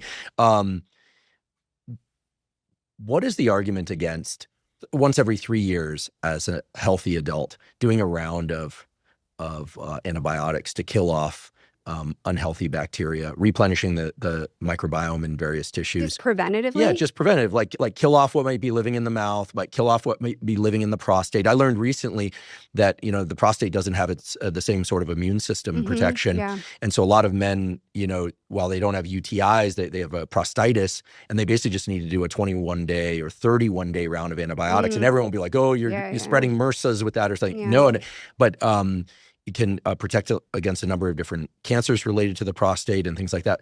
Why don't we do this as a regular practice? Like every 3 years or so, you just you hit the system hard for about a week, kill off a bunch of bad stuff and a bunch of good stuff, and then replenish the good stuff. Yeah, it's a good question. I mean, I think it's harder to repopulate the gut and the oral microbiome than one might think. I like a less is more approach. I think there's better ways to kill off bad things, like ozone therapy is being used a lot. I use ozone in my office. Tell me more about ozone. So ozone, it's O3. Okay, so it's a very unstable molecule. I use it in gas form or water. You can use it as an oil. It's carried usually in olive oil or hemp oil or flax oil. And so it's antimicrobial, it's antiviral, it's antifungal. And so what I'd use it for is to treat gum disease and periodontal pathogens, but then also under fillings or under sealants, or if I'm doing a pulpotomy or kind of a root canal procedure, because otherwise we're just blasting water everywhere. Wait, so is this oil pulling? This is the basis of... I use it as a gas. It comes out of the machine, and I use it in a wand as a gas. Very localized. I got to try this. But what's the deal with people swishing olive oil and oil pulling? I know this is big in some of the I don't even know what to call it anymore. What used to be alternative and it's now mainstream. It sounds like music in the 90s, right? Indie medicine is now mainstream. They sold out, right? Like I'm just joking, folks, but not really. There's so many mimics between the health arena and kind of music and art. Like what used to be niche becomes trendy and then becomes mainstream. Everyone's cool with it now.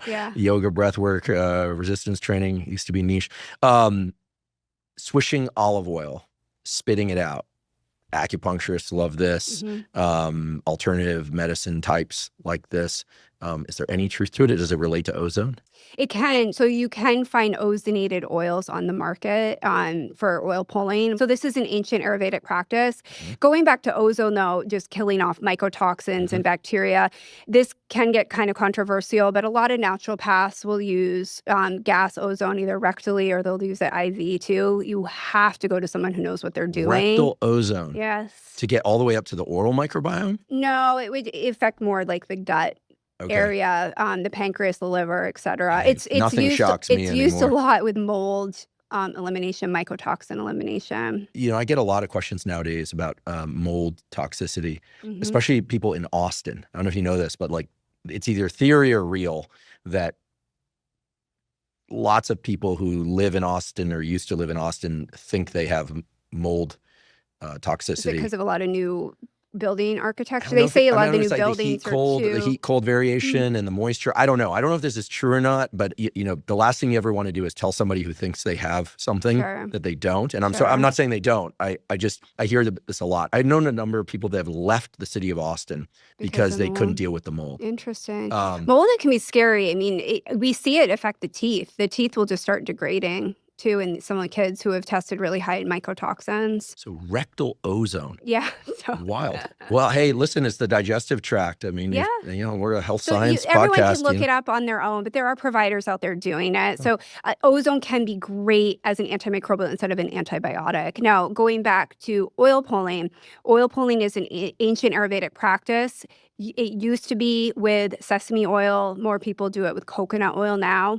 I oil pull a couple times a week occasionally. So what does that practice look like? So I put a spoonful of organic raw coconut oil in my mouth, let it melt, and just swish it around as I'm dawdling around in the morning. Breathing. Nasal breathing. Yeah. Yeah. Don't spit it into your sink. It will clog your sink. Spit it into the trash can. So what is it doing? Well, it's dislodging the biofilm as you're swishing. Okay. Lauric acid, which is in coconut oil, is antimicrobial. It can help with lymphatic stimulation and it has some anti-inflammatory properties too. And a lot of people report it makes their teeth look brighter and whiter. I mean, you do have great teeth. Well, I'll tell you the story why. I mean, it's in your profession to have great teeth, but I walked in and I met you for the first time in person. I was like, wow, you have really, really nice teeth. They're not real? I had facial trauma. Should we get into that? Yeah, let's get into that. So when I was 10, it's why I became a dentist. When I was 10, I was trying to gain the attention of my older brother's friends who were very into dirt biking and BMX biking. And we had just watched the movie Rad, and I thought I would impress them. And they were all doing tricks out in the neighborhood. And long story short, I fell off my bike and landed on the asphalt in a vault and knocked out my teeth. And I broke my premaxilla, and you can see the scars still. But this is part of my story, and it's why I became a dentist, because I was in and out of dental offices and oral surgeons and orthodontists. And at the time, I was an art theater kid. I loved working with my hands. But as time went on, I thought, well, gosh, I don't want to be sleeping on couches in New York City. I need to make sure I make a living. What am I going to do? And I really love science. And I thought, well, how do I work with my hands? And it was dentistry. And dentistry can be a little creative and artistic too. So these are not real, but thank you. No, well, you're welcome, and thanks for the full disclosure. They look very natural. Yeah, unlike some people's falsies, or whatever. What do you call them? I call them falsies because I've got I've got a tooth that was kind of chipped in half from getting hit. Honestly, dumb. If you're gonna box, make sure you're getting paid a lot of money. And you wear a mouth guard. Yeah, and wear a mouth guard. They're better martial arts where you can go full blast, like Brazilian Jiu-Jitsu, where you stand less of a chance of brain injury. Let's just say. So, as a neuroscientist, I can't support boxing, but I remember the movie Rad. I remember the backflip at the end. Yes. I remember the whole thing. I think I was trying to do that. I don't know what I was doing. Yeah. Anyway, didn't land it. Yeah, well, you landed it, but on the wrong. But so this is a bridge. You can get implants. People have flippers. We were talking about hockey players earlier. You'll see them flipping their flippers around with their fake teeth. So a flipper is a retainer with fake teeth on it. There's a lot of different things you can do. Okay. But what's interesting, I was part of making my teeth. I sat in the lab and helped. So that's cool. I wanted them to look not quite as contrived, I suppose. Well, they look very natural. Yeah, thanks. And today we're learning all the ways in which teeth are just part of this whole ecosystem that's so critical. I have to ask, and we will come back to some things related to avoiding really horrible diseases by way of taking better care of one's oral health. Nicotine. These days, everyone knows or should know that smoking, vaping, dipping, and snuffing, and yes, I did say vaping, are all terrible for your health. The vapors will say it's not carcinogenic, cancer-causing, and I'll say remains to be made really clear, but the whole popcorn lung thing is clearly problematic. But nicotine doesn't cause cancer. It's the delivery mechanism. Yes. But these days, a lot of people realizing the cognitive enhancement, if you will, I don't even like the phrase, the stimulant effect of nicotine, are using nicotine pouches in particular, gums,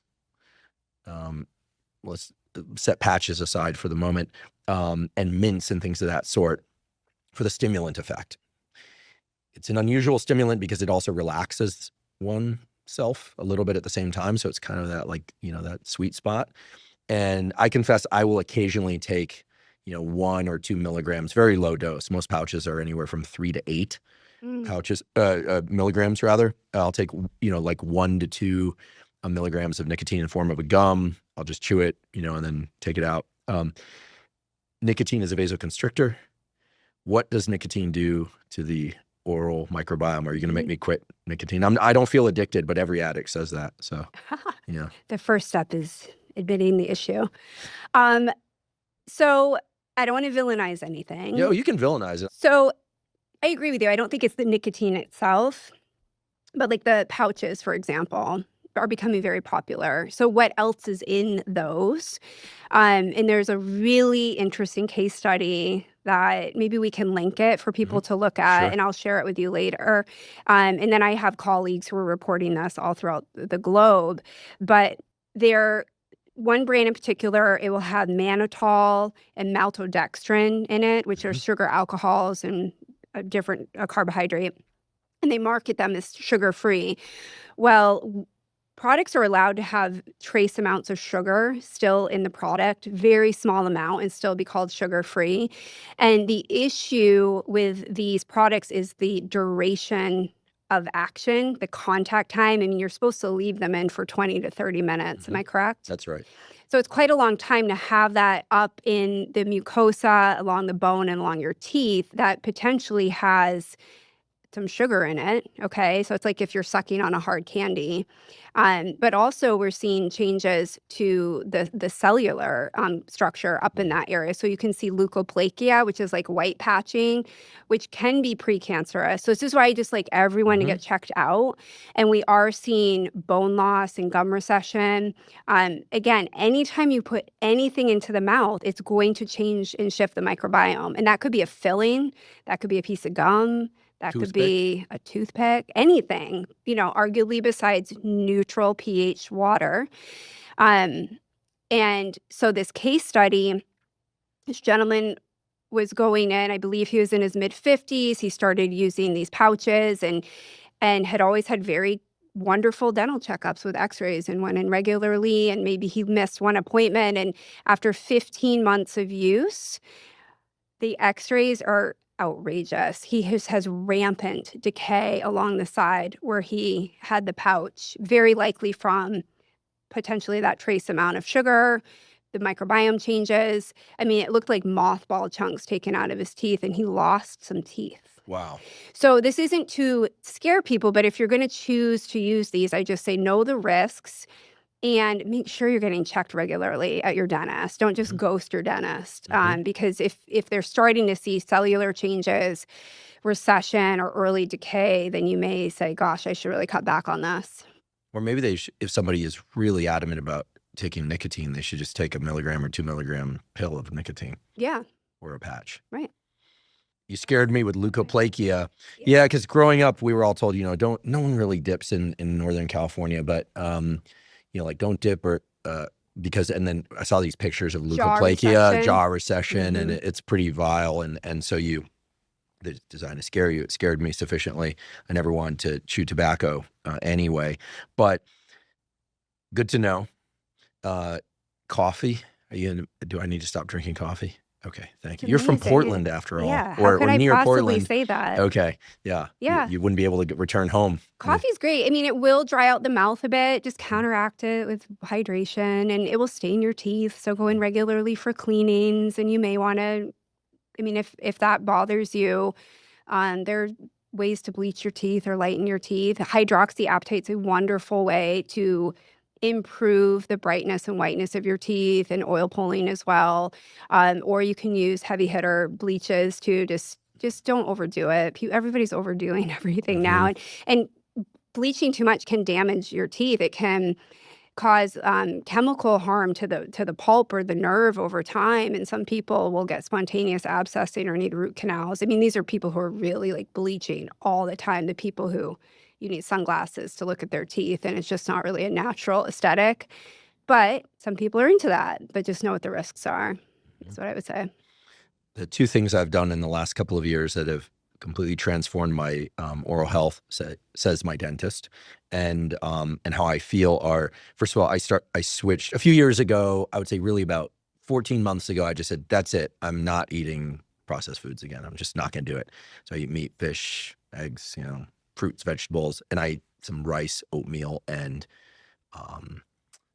a good sourdough bread, butter, olive oil. Which is not to say that I won't have a slice of pizza someday, but I was like, that's it. Like, I'm kind of over it. 49 years old. I've eaten enough of that stuff. I'm kind of like bored with it anyway. I hear you. And what was interesting is I used to get a lot of tartar buildup, a lot, despite brushing and flossing on the, what are the lower front teeth called? Incisors. Yeah. And they'd scrape it away. It's a non-issue now. Interesting. Like, it's completely gone. Yeah. So we have minor salivary glands on the floor of our mouth, and that is a common place people will see calculus or tartars, those lower teeth. That's where you'll feel your hygienist scraping a lot.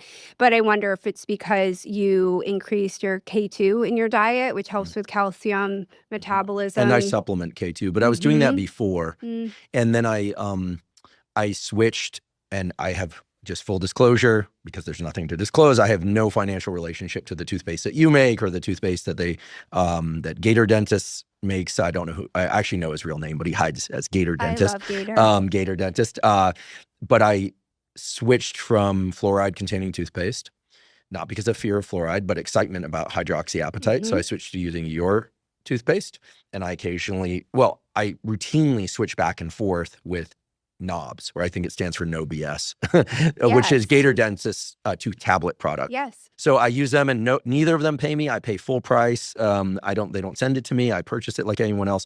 And that's made a tremendous difference, says my dentist. Like, no cavities whatsoever. I was constantly battling this when I was a kid. I had a bunch of oral health issues. And I don't want to waste our time talking about those right now. Maybe we'll return to them a little bit later. But my teeth and oral microbiome never felt better. It's just remarkable. Yeah. It's just remarkable. And I have a family member who has some gut issues, like just digestion issues, and it's unclear what's going on there. And I'm inspired to try and help them address that through the oral microbiome by switching to hydroxyapatite and test their oral microbiome. That'd be very interesting to know what's going on in there. Because think you're swallowing. Is there a best test? Because a lot of listeners are going to say, okay, I want to.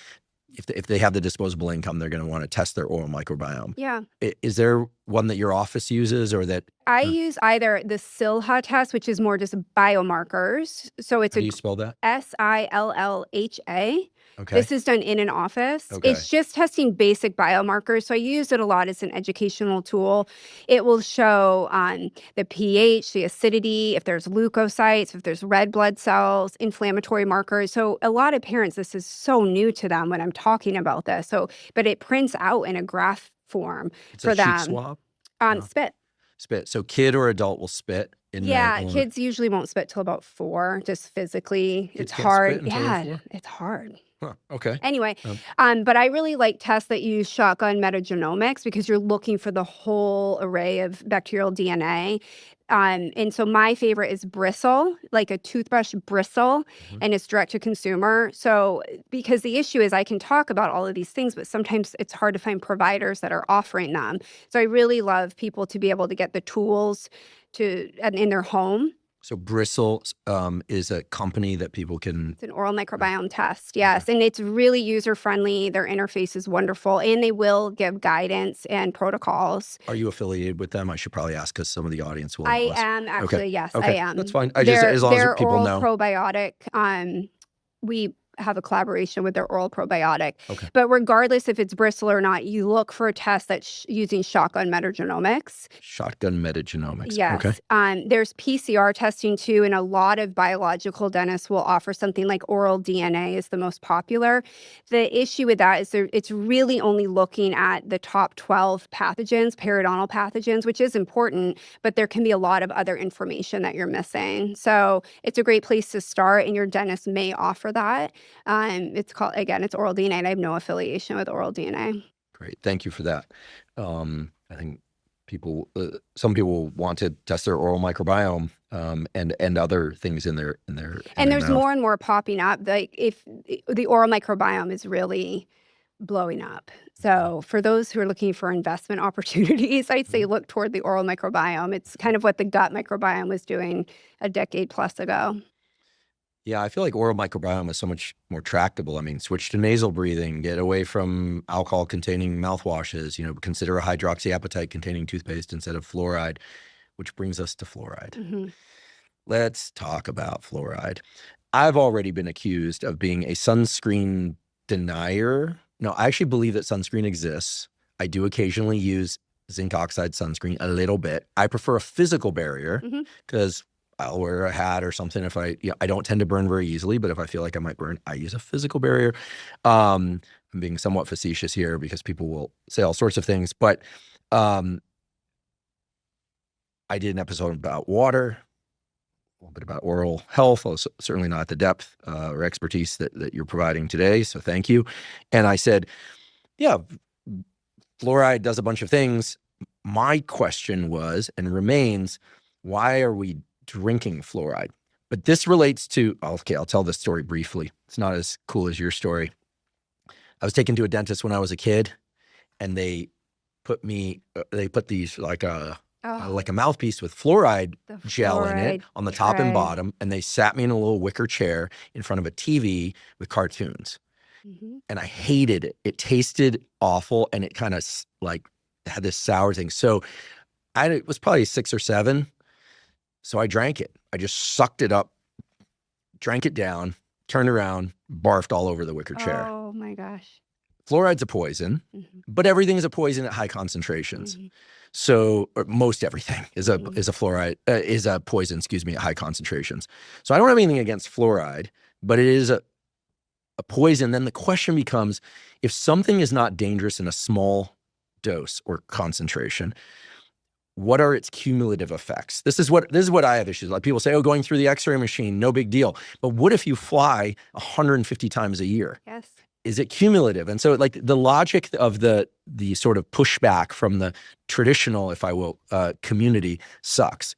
Like they're just not logical. These are my colleagues sometimes too, right? Just you go to the dentist to get an X-ray, they're like running behind the next wall, put you in a lead shield, wall. And then they're like, oh no, it's no big deal. Yeah. Well, how many, maybe how many times a year can you do this before it becomes a deal? Sure. So my question is, what is the rationale for putting fluoride in water, in drinking water, given that the contact time in the mouth is so short? And then what's the cumulative effect of bringing fluoride into the gut over and over? And then earlier you said something, and I've never thought about this. The bones contain hydroxyapatite, 60%, I think you said.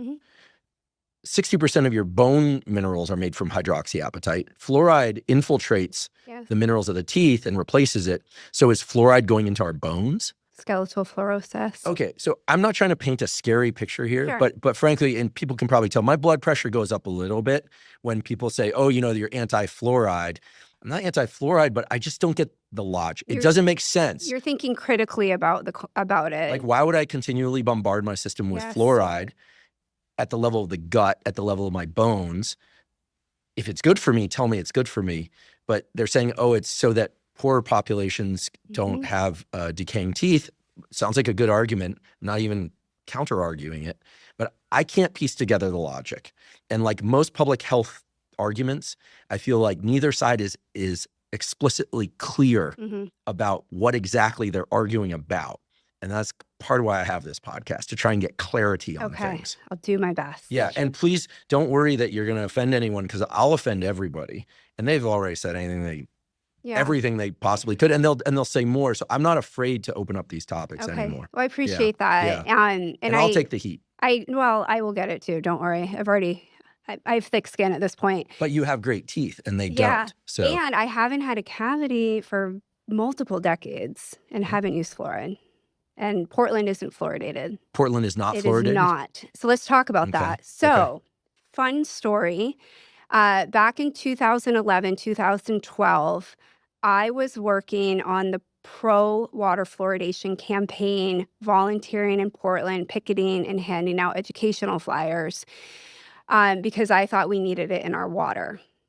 And this is because that's how I was trained, and I just never questioned it. I never picked up a journal to look at the other side. I thought anyone speaking out against water fluoridation, that's the Tin Hat Brigade, that's the woo-woo caucus, all the things. I was that person. The woo-woo caucus. Yeah. That's pretty funny. I like that. So I went to a debate in Portland, pro versus against. I don't like those terms, but it's just the easiest way to describe it. And I was sitting kind of on the pro side and just waiting to see these pseudoscientists come out to speak. And I was so profoundly impressed with what they said, and also had no idea that there were any concerns with fluoride. I had never been taught that in dental school. The endocrine disruption, the neurotoxicity, the skeletal fluorosis. I knew about dental fluorosis, but I, at that point, was of the mindset, well, it's just aesthetic, but your teeth are stronger. And the microbiome issues too. So it didn't take long. I just started rabbit holing, and there's so much literature. And this was quite a while ago, and more data and literature is coming out to question the practice. So it's important to go back to the history of water fluoridation. I'll try to be brief, but in the early 1900s, there was a dentist in Colorado Springs, Frederick McKay, who noticed his patients had mottled brown spotted teeth, but they were really strong. They weren't getting decay. And so this kind of spread, and they started kind of trying to understand the why. And they realized there was a really high concentration of fluoride in the natural water supply that this community was drinking.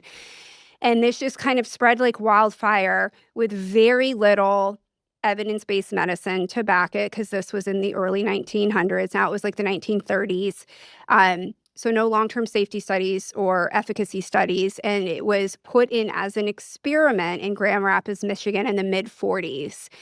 After about a decade or so, they noticed that cavity rates were going down. And so based on this observation, it just went like wildfire throughout the United States. And I believe about 80% of the United States is fluoridated. So the pro advocates, if you will say it's the greatest public health movement of the century because decay was such an issue. It's important to know dental decay is the top chronic disease globally in children and adults. It's almost entirely preventable. I think we've just normalized it. You just get cavities, but I'd like to point out we're one of the only species to get dental decay. Wild animals don't get decay. Our domesticated animals do because of what we're feeding them, the kibble, processed animal food.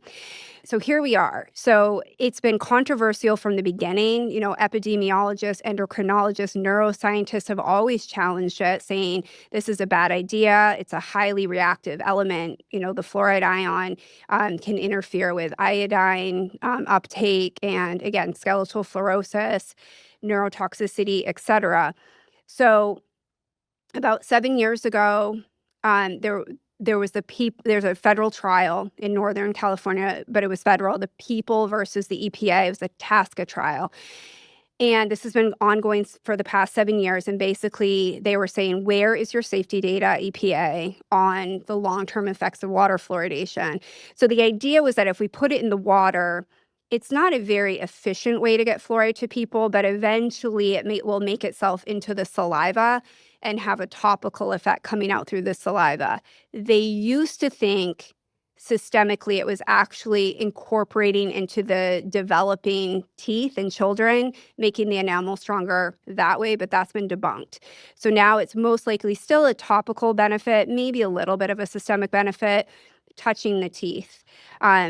And we do know fluoride really needs to work topically. We don't need to be ingesting it. And that is all through the data. And they're teaching that in dental schools now too. Okay. But this is the easiest way to get fluoride to the masses because caries or cavities are such an issue. Now, my first comment on this is we're not addressing the root cause of dental decay, which is our food. It's all the ultra-processed foods. Again, we didn't really see dental decay in humans until the agricultural revolution, the industrial revolution, and now the ultra-processed food craze that's been happening the past many decades. Is that right? So if we look at skeletons from dead people, obviously, well, you can look at skeletons in live people, skeletons in dead people, from dead people that died prior to 1900, how are their teeth? 1900, they would have decay, but if you looked at about 10,000 years ago, very little. Unless they lived in an area with a lot of fruit abundance or honey, like where are you getting your sugar from? And you go pick some berries on a bush, you're competing with the animals and the birds. You didn't have much opportunity to overconsume sugar. But there was the sugar trade, and then sugar was a sign of wealth and royalty, and people's teeth just rotted out, and it was because of our diet. So that's the root cause issue that no one's talking about. We're just saying, let's slap fluoride on it. How about we educate and teach people what is really causing cavities? But anyway, okay, so the TASCA trial was going on, and the judge, Judge Edward Chen, was waiting for this National Toxicology Programs report, which was under the Department of Health and Human Services. And it reads like a soap opera, to be honest with you. And it kept getting delayed and postponed, and they wouldn't release it. And finally, under the Freedom of Information Act, he said this needs to be released. And it said there is a strong correlation between increased fluoride consumption and IQ issues in children. And so with that, he took this information and he made his ruling. Now, this was after years of expert testimonies as well, okay? Saying there's an unreasonable risk to current water fluoridation practices in the United States. This was his ruling that just happened late last year. I mean, this is very new. And EPA, you now need to fix this. You need to regulate this better. What people will argue is a lot of the studies they were looking at that are showing lowered IQ in children or neurocognitive issues, it was at 1.2 or 1.5 milligrams per liter. That was the concentration. The United States, we now do 0.7 milligrams per liter. But that's per liter. Okay, so how many liters of water do you drink a day? This is the controversy. So, for example, the American Academy of Pediatrics generally recommends pregnant women drink 2 to 3 liters a day. You might be cooking with fluoridated water, making your pasta, making your soup. How do we really know how much someone's getting exposed to? What's their body composition? How much do they weigh? What are the other outside sources of fluoride? Are they swallowing their toothpaste? Fluoride is in many pharmaceuticals because it helps increase bioavailability, especially SSRIs and Prilosec. A lot of these have fluoride in them. Really? Yes. Ultra-processed foods will have fluoride. So the factory that's making your Rockstar energy drink or your High C or, whatever you're consuming, they're not using reverse osmosis to filter the water. So you're getting fluoride that way. It's naturally found in green tea and black tea. And this is not to make people worried about green and black tea. I still consume them. It's more to say, how are we really understanding how much is exposed to? And so they were finding that pregnant women, there's many studies now, but a famous one was the Rivka Green study out of Canada, and they followed about 520 mother-child pairs. They tested urinary fluoride in the mother per trimester, averaged it, and then followed these children to the age of 3 or 4 and did IQ tests and found that mothers who had higher concentrations of urinary fluoride, the children tested lower on their IQ test, up to 5 to 7 points, and that's on par with lead. Okay. On par with lead. On par with lead, yes. And so that was in 2019. There's been so many more studies now. So the judge ruled, EPA, you need to regulate this better. In that amount of time, there was a meta-analysis that came out that further supported the NTP report by JAMA Pediatrics, okay? And this is very controversial for these editors to be putting out, by the way, so I commend them. And also a Cochrane report came out, Cochrane Collaborative, which has said, this again was very recent, looking at all the data from water fluoridation isn't reducing decay like we thought it was. It's only reducing decay by about 1/4 a cavity per person.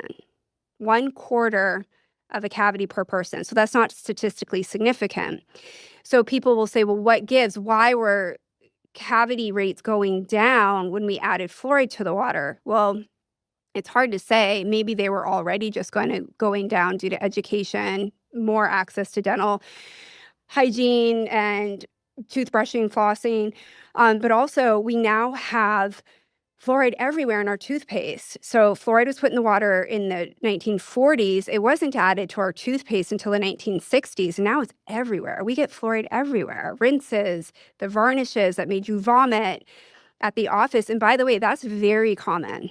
That's very common. And it's because a lot of those fluoride varnishes, number one, fluoride, it does have a poison control label on it. You're not supposed to swallow it. But these varnishes also have polyurethane and hexane derivatives in them. It's what makes them so sticky. Yeah, I still loathe going to the dentist. I know I think that it's because of flavor. that early association. Yeah. Yeah.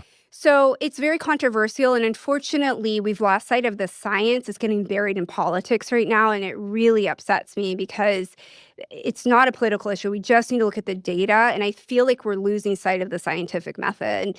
The American Dental Association, the American Academy of Pediatrics is doubling down on saying we have to put fluoride in the water. And for nothing else, I think it's important to know 97% of the world does not fluoridate their water. This is a very United States controversy. Many countries removed it and found, I think it was Denmark, Germany, Japan, they have very low decay rates. And why is this? Well, they educated their population on what's really causing decay and also made fluoride toothpaste accessible. And I have Danish relatives. They have very nice teeth. If you told me that there's no fluoride in the drinking water in England, I might be like, well, sorry, my English friends, but that's the stereotype, right? That their teeth are bad. I don't think that that's true any longer. I think that was true at one point. I think they're crowded and crooked too, and a lot of that has to do, I think, with facial development as well. I think we see a lot of Western European. They do have that kind of dysmorphic face, if you will, probably from nasal breathing. Who knows why? Mhm. Industrial revolution, allergies, mouth breathing, et cetera. Why does it seem more prevalent there? So that's the quick take on it. And so I just think it should be a personal choice. If you want to use fluoride, you can go out to the store. I mean, you can get fluoride toothpaste at the dollar store now. They give it out for free at many clinics. To me, I just think it's a medical ethical issue. We're mass medicating a population without their consent. And then the even bigger issue for me is no one's talking about this, nor can I find any literature on it. What is it doing to the gut microbiome? Because it is an antimicrobial. So that would be a wonderful study, NIH, if you're listening. Can we test people that live in fluoridated areas versus those that don't? Can we follow them? Maybe it's a prospective cohort study to just see how their microbiomes are different. Because it just doesn't make sense to me. And why would we ingest something systemically with all these potential risks when we could just use it topically or actually talk about what's really causing decay? If fluoridation worked, cavities wouldn't be the top disease in our country, in our children. And many worry, well, if we take it from the water, decay may go up. And it may. I mean, they did this in Calgary, Canada, where decay rates went up. But then if you actually look at the data, the decay rates were already going up when they removed it, but they only show you the data that they kind of want to show you for that. So but again, it's a risk-benefit analysis. I mean, I think dentists tend to be too focused on teeth. And so you mentioned, like, if they say it's good for me, I'll do it. Well, good for what? Good for your teeth or good for your whole body or good for your brain? And I think that should be an individual choice. As a parent, do I want to choose 1/4 less cavity in my child, or do I want to preserve their optimal brain development? I mean, the data that show deficits on par with what one sees with lead exposure, that's the most striking thing to me. Yeah, and I'm a dentist. I was trained to fix teeth. I can fix a 1/4 cavity in a tooth. I can't fix a developing brain. We have one shot to develop a brain. We have one shot to grow a face. It's really important. Well, I really appreciate you taking us through the full arc of the history of it. I think it's extremely important that people take that in so they can start to form their own opinions. And you pointed out a number of logical flaws in just the way the whole system is arranged right now, which is this mass treatment of everybody with a potent chemical especially given the amount of water that people drink and cook with, Yeah. et cetera, without their consent. And And without a risk assessment. So your low decay rate, I might be a really high decay rate. You don't need anything extra. Your diet, your balance, your microbiome's great. I'm not eating well. My hygiene's terrible. We can't just blanketly be treating everyone the same. We're supposed to be doing risk assessments. I'd like to take a quick break and acknowledge one of our sponsors, Element. Element is an electrolyte drink that has everything you need, but nothing you don't. That means the electrolytes, sodium, magnesium, and potassium, all in the correct ratios, but no sugar. Proper hydration is critical for optimal brain and body function. Even a slight degree of dehydration can diminish cognitive and physical performance. It's also important that you get adequate electrolytes. The electrolytes, sodium, magnesium, and potassium, are vital for the functioning of all the cells in your body, especially your neurons or your nerve cells. Drinking Element dissolved in water makes it extremely easy to ensure that you're getting adequate hydration and adequate electrolytes. To make sure that I'm getting proper amounts of hydration and electrolytes, I dissolve 1 packet of Element in about 16 to 32 ounces of water when I wake up in the morning, and I drink that basically first thing in the morning. I also drink Element dissolved in water during any kind of physical exercise that I'm doing, especially on hot days when I'm sweating a lot and therefore losing a lot of water and electrolytes.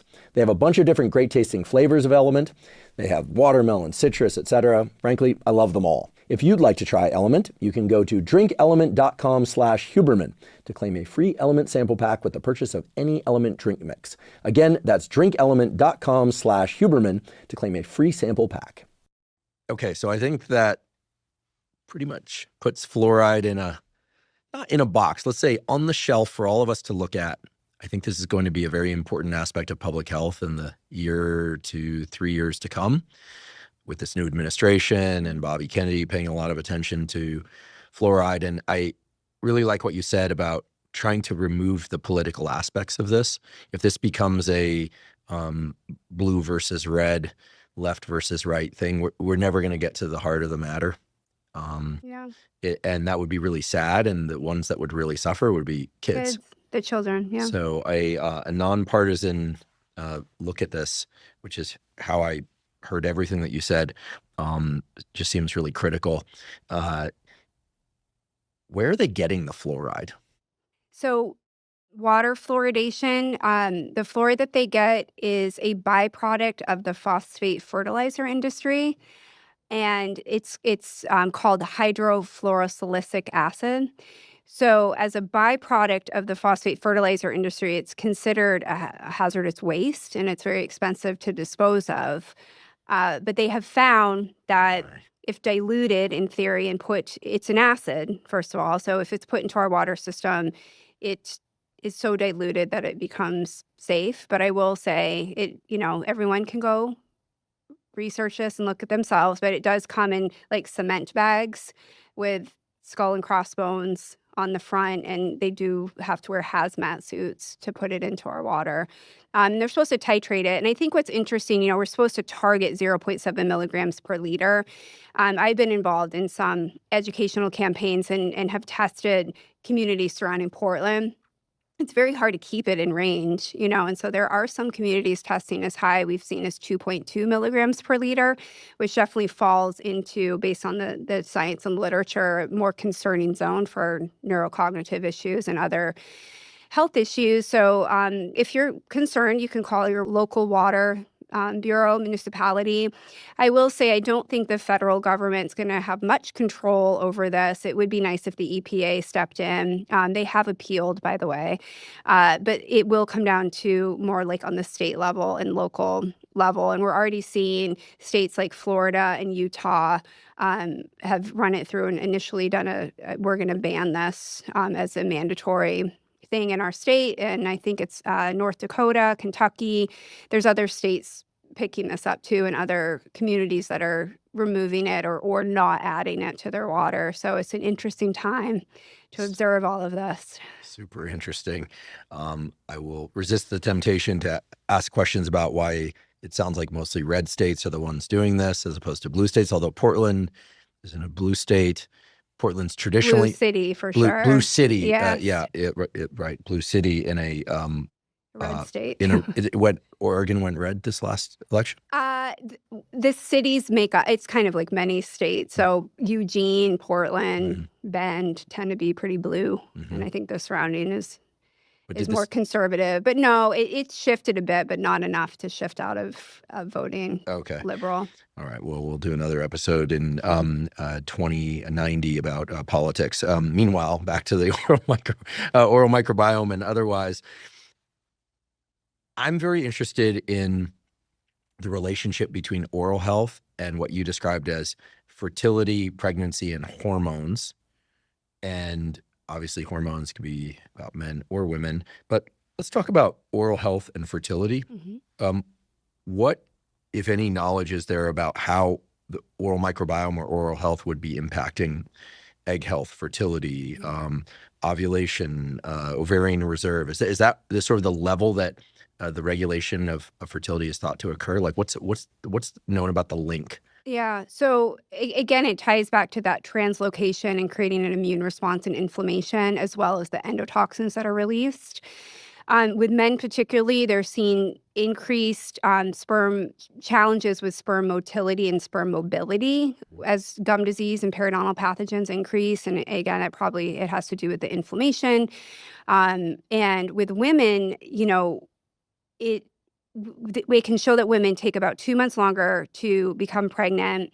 It does affect ovulation, egg quality, but also we know it can lead to miscarriages and low-term birth, low-weight birth, preterm birth, and just pregnancy complications as well. And so we are finding oral bacteria in the placenta. We're finding there's different microbiomes everywhere now. The breast has a microbiome, the placenta has a microbiome. And so oral bacteria can end up in many of these places and just create that cascade of inflammatory events. And so certainly it's an exciting time to be alive because of all the research happening. And right now it's, again, not causal. There's a lot of correlation, but I would love to see fertility clinics focusing more on oral health. Like how amazing would it be if they started testing the microbiome of patients, and if they realize they're really high in P. gingivalis or F. nucleatum and they eradicated or lessen that bacteria, I mean, it'd be interesting to see how pregnancy and fertility outcomes would change and possibly improve. Great. What are some of the mechanical as opposed to chemical things that we can do to improve our oral health? So we were all taught brush and floss twice a day. I even have a colleague who can be caught in the bathroom brushing his teeth after lunch. So he's brushing 3 times a day. I don't know what motivated that. I do that too. Do you? Yeah. Okay. Great. So what's the deal with brushing? When, let's say, kind of like exercise, let's say if someone were going to only brush once a day, better to brush in the morning or at night? Obviously, people should brush twice a day, or more. But if one could only brush once or a day, would it be morning or night? Yeah, I guide parents on this a lot because brushing a child's teeth can be challenging. Nighttime is always the most important. One, you're removing the food particulate matter from the day away. You're disrupting that biofilm so that you're not sleeping all night, 8, 10, 12 hours if you're a child with that sticky, potentially dysbiotic biofilm on your teeth. And then you add in maybe your mouth breathing. That's going to shift the microbiome and drop the pH more. So it's really nice to go to bed with clean teeth. So I suggest focusing on the nighttime. What does drive me a little bonkers is the fact that we tend to focus so much on brushing, but we leave out flossing a lot of the conversation. So thank you for mentioning that. If you read children's books, you'll see they all say go brush your teeth, but never floss. So we need a revamp there. But most cavities that I see in children, and this translates to the adult population as well, are in between the teeth or interproximally in the molars. And it's really common. So a lot of parents will bring their kids in. They think they've been doing everything correctly. They haven't been flossing quite yet. And we take x-rays for the first time and the children have 8 cavities, which sounds like so many, but it's really common because we have 8 molars. And so it happens between the teeth where you're eating those goldfish crackers, those pretzels, those chips. They get stuck in between the teeth. The bacteria come to feed. The acid gets released and it just sits there hour after hour, day after day, arguably week after week if you're never flossing. So I really really like flossing to be part of the routine too. Again, if you can only do it once a day, that's great. That's fine. Do it at night. I like to floss first, then brush. You're dislodging the food in between and kind of brushing it away. There's actually studies to support this too, that order. However, beggars can be choosers. Just do it. Some people get a suction cup mirror. They'll do it in the shower. Some people do it in their commute in the car. I'm not going to be picky about it. I will also say, as we age, flossing doesn't always cut it by itself. So think about a little string of floss. We want to put it between the teeth, and they suggest you do a C and a backward C. You're scraping the sides of the teeth to disrupt that biofilm. But as we age, we all lose a little bone. So you get this little pocket where that string isn't cleaning the bacteria out of, and that's where a water pick can come in. And so if you really want to be an overachiever, I do love a little water picking too. I personally will alternate. So one night I might floss, the next night I might water pick. This works really well in patients that can't put their hands in the mouth. Maybe they have like an aversion to that. Sensory children often will struggle with flossing. So water picks can be fun. You can do it in the bathtub so it doesn't get totally messy, or in the shower. They make cordless versions. But I can't overemphasize how important flossing is. That interproximal cleaning, it stimulates the gum tissue, and you're less likely to have gum disease as a result. What about those little toothpicks with a little sling of The floss trees? across? Oh, The hard picks that yeah, floss picks. floss picks. They're great, especially in kids. It's the only way to floss a child's teeth, first of all. So I want parents, as soon as teeth touch, they should be flossing. That could be the anterior teeth. Our jaws are shrinking, our teeth are crowded. It's rare for me to see a child with space in their front teeth. That is how we should be developing, because adult teeth are wider than baby teeth. They need more room to come in, but very often we're crowded. So anywhere teeth touch, we should be flossing, but usually around the age of 2.5, the molars are in touching. And parents look at me like I'm crazy, but we really should be flossing. And so if you start some of these behaviors early, it becomes easier and easier. We know kids that floss become adults who floss, but also floss picks are fine for adults too. Some people have big hands. It's hard to get floss in. I have to use them. I can't get Dexterity. get my hands into my mouth. They're fine. Yeah. Okay. You just want to try not to just go straight up and down, just kind of angle if you can. Okay. And then maybe a water pick too. And I was told by my dentist, soft toothbrush, Yes. because I tend to get in there and Oh, I'm you're hearing all this stuff aggressive. about how the oral health is so important for the brain, and for any that could lead some people, including me, to get in there and just start like scrubbing and trying to get everything out of there, and that's not the right approach, right? Paintbrush stroke, very gentle. So you want to do gentle circular movements. You don't want to wear away your enamel. This is also important. Many people will eat and then run to the bathroom and brush their teeth. Every time we eat, our teeth demineralize a little bit, right? Remember I mentioned it takes about 20 or 30 minutes for that remineralization to begin. So if you're immediately going to brush, your bristles could be damaging your enamel and creating just wearing it away and creating little marks, and it could lead to sensitivity, recession. So if you can, try to wait 20 or 30 minutes after you eat or drink to brush. This includes with vomiting, the same thing. So we all want to brush our teeth after we maybe get sick. Try to just maybe rinse your mouth, maybe with a little baking soda. A lot of this is perfect world, okay? And I get it, but just I like people to have the information. You said marking, and I meant to ask something earlier, not to return us to the fluoride conversation, but you said that the person who initially had the idea to include fluoride in treatment of tooth decay noticed that kids' teeth had dark spots on them. Does fluoride cause darkening of the teeth? It can. So I believe it was his pediatric and adult patients. It was just this whole community had these spotted teeth. So that is something called dental fluorosis. Spots and markings on the teeth can mean many different things.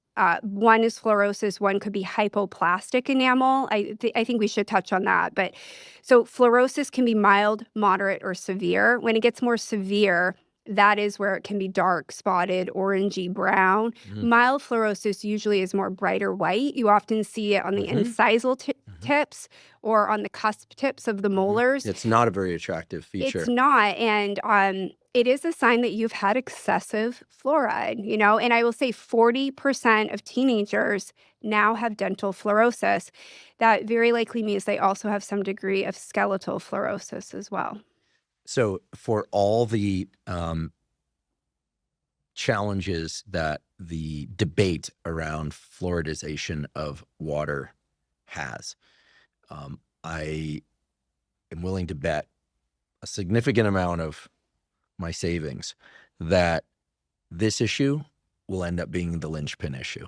It might seem crazy, right? Like, here's this substance that may or may not be safe that we're ingesting for various reasons, and there's a history there, which you beautifully described.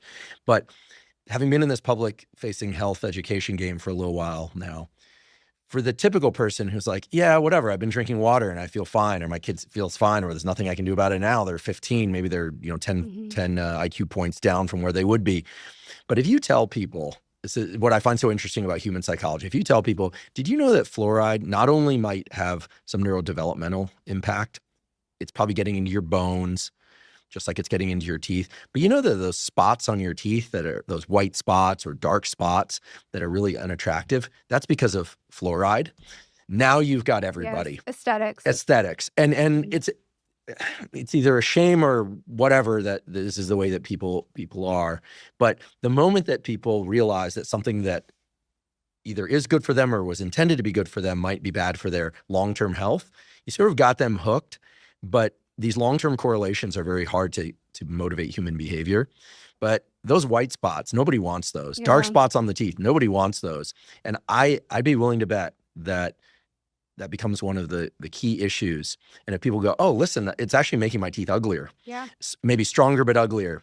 I bet you this becomes a wedge in the conversation. That will come from the public, but I will tell you, I have dentists, when I speak, as I do, about water fluoridation and fluorosis specifically, say, well, it's just aesthetics. At least their teeth are strong. Like, they're making the decision for the patient. And I think that's not our right as providers to make that decision for someone.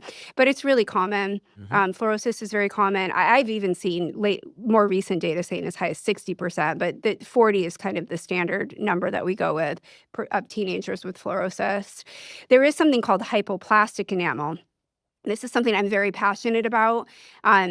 This is under-mineralized enamel, and I believe it's a silent epidemic in children. I see more and more children their teeth erupt and they're mottled and chalky, and some are so severe they're crumbling. And I've seen a big uptick in this in my 20-year career, and the data is starting to show this as well. And so, unfortunately, so many parents, their kids will get decay. It's really common, and they get shamed and blamed. Like, what are you feeding them? You're not brushing and flossing their teeth. You're neglecting them. Or they're told to stop breastfeeding because that's what's causing the issue. But it's really that the enamel didn't form properly, and it's not as acid resistant. It's more fragile. It's more pickup sticks than the Lincoln Logs, okay? And I believe, and colleagues globally agree, that it's very likely due to all the mineral deficiencies that we're seeing globally and the vitamin D deficiency that we're seeing globally. We're inside all the time. We're not outside. All the junk light that we're getting, the blue light. It can also be from environmental toxins, high fevers, viruses. But it's a real concern. And so many children are having to undergo general anesthesia now to get their teeth fixed. The study I read said about 100 to 150,000 a year for a preventable issue. That's, there's risk to general anesthesia.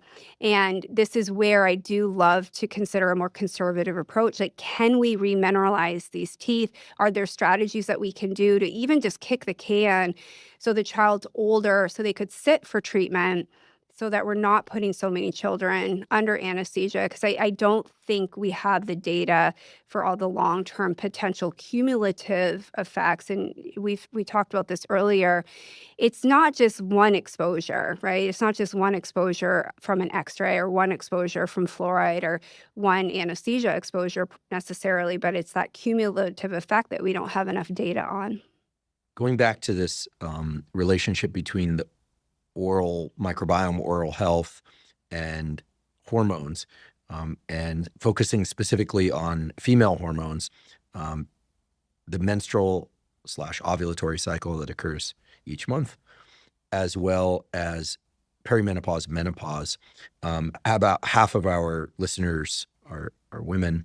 I'm curious, are there certain phases of the menstrual cycle or certain phases of perimenopause, menopause, or prior to it in which women should pay particular attention to their oral health? Is there a known association with when estrogen is rising or falling, that the oral microbiome tends to be more vulnerable and they perhaps should spend a bit more attention on their oral health? Yes. So we see it both ways, rising and falling. So around puberty, we'll see changes to gum health. So a lot of young girls will have more gingivitis or gum inflammation. And, and certainly if they're on oral contraception, that can change things too. And they'll go into the dentist and be accused of maybe not brushing or flossing appropriately, but it's really a hormonal issue. So it's important to know that, as well as women who are pregnant. Pregnancy gingivitis affects 50 to 70% of women. 50 to 70. It's a lot. Wow. Yeah, and it Most. usually goes away once you have the baby and you've gotten through some breastfeeding and hormones regulate. But it's important to know that. You can also have relaxin, it helps us prepare for childbirth, but it can shift teeth. We have a ligament around our teeth, much like we have ligaments in our pelvis, and that periodontal ligament is impacted by relaxin. So you can see teeth shift and move, and women may sometimes say my bite is different now. My gum health is different. So it's very important preconception and certainly during pregnancy to be really on top of your oral hygiene as best as possible and see a dentist regularly. And then perimenopause and menopause, there's a whole slew of issues that happen to women. And from an oral health perspective with hormonal shifts, decreases in estrogen and progesterone can impact collagen synthesis. So more TMD, more headaches, certainly gum inflammation, dry mouth, burning mouth syndrome, more bad breath, taste changes too. And so what if it's just so powerful to be able to have these conversations with women rather than just say, well, just use this product, brush and floss more. Maybe we could be speaking of it from a hormonal lens, like, is hormone replacement therapy appropriate for you? Or how can we help support you in other ways? Maybe you should see the dentist every 2 or 3 months instead of every 6 months. And also just the mental health component to say, hey, this isn't something you're neglecting. This is a change your body's going through. And so how can we support you from a dental community? Yeah, thanks for that. More and more I'm getting asked questions on social media and elsewhere about, how is this different for women versus men? And in particular, different phases of the cycle and perimenopause, menopause, and essentially the entire lifespan. So appreciate that. Yeah. I get burning mouth question a lot too from my community. Burning mouth? Sounds awful. So your mouth feels metallic and it truly feels burning, almost like itchy, I think. I haven't experienced it, but that's how it's described to me, or kind of like a dry mouth. It can be a sign of zinc deficiency or vitamin B deficiencies, and we can see changes in that in those with perimenopause and menopause. I think it's important to know the mouth is the gateway into the body, and we can see nutritional deficiencies in the mouth as well. So cracks in the corner of the lips can be a zinc deficiency. It's the same with white striations on the line or in your fingernails. That can be a zinc deficiency. B vitamins can be burning mouth, or geographic tongue is something people experience. What is geographic tongue caused by? I don't have it. I have a family member who has it, and it's permanent because Yes. they're quite far along in their life now and still have Sure. it from childhood. We're told in dental school, it maybe has changed, but it's benign, and just tell patients to avoid citrus and acidic foods. It is cross-linked to latex allergy and psoriasis. So it's a autoimmune issue. It can be a sign of nutritional deficiencies, usually zinc, B, or iron. And also it can be a sign of celiac, Crohn's, or gut issue. Again, it's all connected. And so a lot of times when kids see me, I will send them to a functional medicine doctor or a naturopath to rule that out, and there's genetic predispositions too. As we progress further along in this conversation, these ideas pop to my mind that I'd never thought of before, like because I don't tend to use them, like lip balms, lipstick. I don't use lipstick. I don't use lip balm. I suppose I've put like one of those sunscreens when I went skiing or snowboarding years ago on my and now I'm wondering, like, was that just a terrible idea? I mean, it's But good more not often to burn. Right. People are going to use, but I suppose specifically like lipsticks, are they safe for the oral microbiome? Well, I don't think it's getting into your I mean, hopefully you're not eating it that much, but I mean, we need to be mindful of our products. There's a petroleum-based products. A lot of lipsticks, lip balms, they just have nasty ingredients in them. We're learning more and more, and they're not necessarily as regulated here from a cosmetic standpoint as they might be in the EU. So read your ingredients. But a lot of petroleum-based products will actually cause more dryness, and it has a reverse effect, which is why people get addicted to chapstick, I think. Their lips dry out more. But when I see chronic dry lips, I'm thinking dehydration and are you mouth breathing? Because when you mouth breathe, all the tissues dry out. So if a kid comes in with chronically dried lips, I do wonder if they're a mouth breather.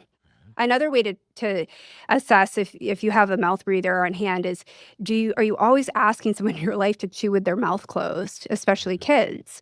So when we're chewing, we have to breathe. So you should chew, lips closed, breathe through your nose. But if you can't because of an obstruction, deviated septum, inflamed nasal turbinates, you'll have that kid, his mouth's always open, and they tend not to chew enough. They kind of mash food and swallow it because they're worried about oxygenation. They feel like they're going to choke.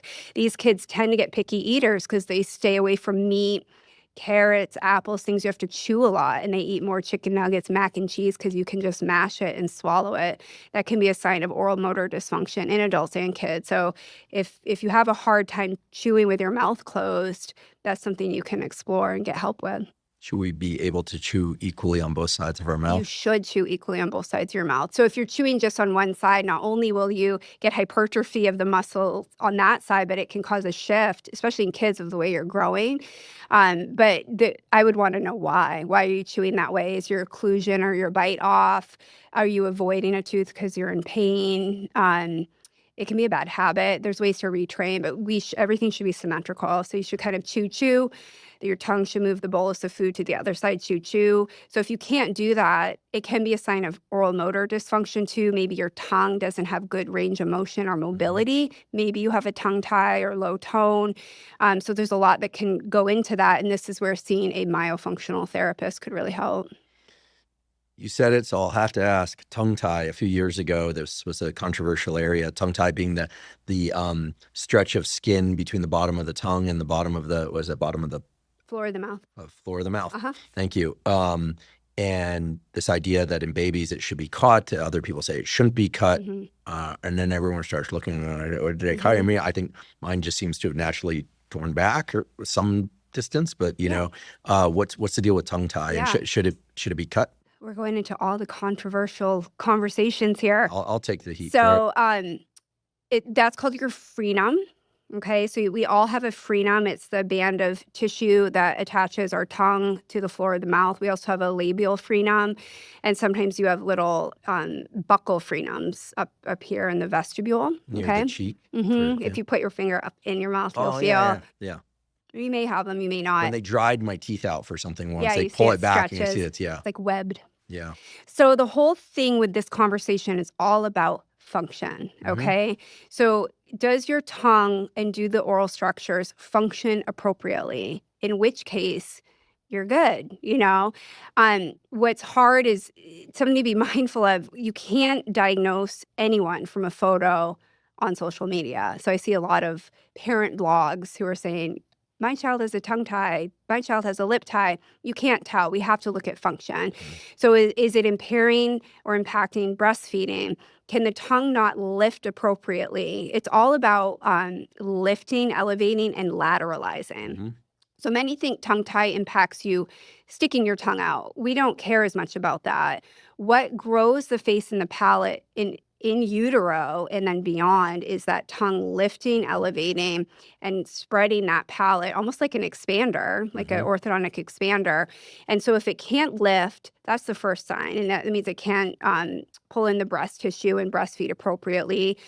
Babies might have a lot of reflux. Women will have pain, okay? So that's one of the first things we look at. But then as children get older, we look, well, is there a tongue tie that is potentially leading to mouth breathing? So when your lips are closed and you're breathing through your nose, your tongue should be up at the palate, and it should have enough tone to stay there, ideally while we sleep too. But if your tongue is tethered, it can't lift up, your tongue's going to lay low, and you're going to have more of the Napoleon Dynamite look, okay? So that open mouth, forward head posture. That's just because the tongue can't lift. Many times when people have tongue tie, their palates are narrow too, because in utero, the tongue wasn't up to grow the face optimally. And this runs genetically in families as well, the predisposition. So then the next thing we look at is speech, and is it impacting speech, or is it impacting chewing and swallowing?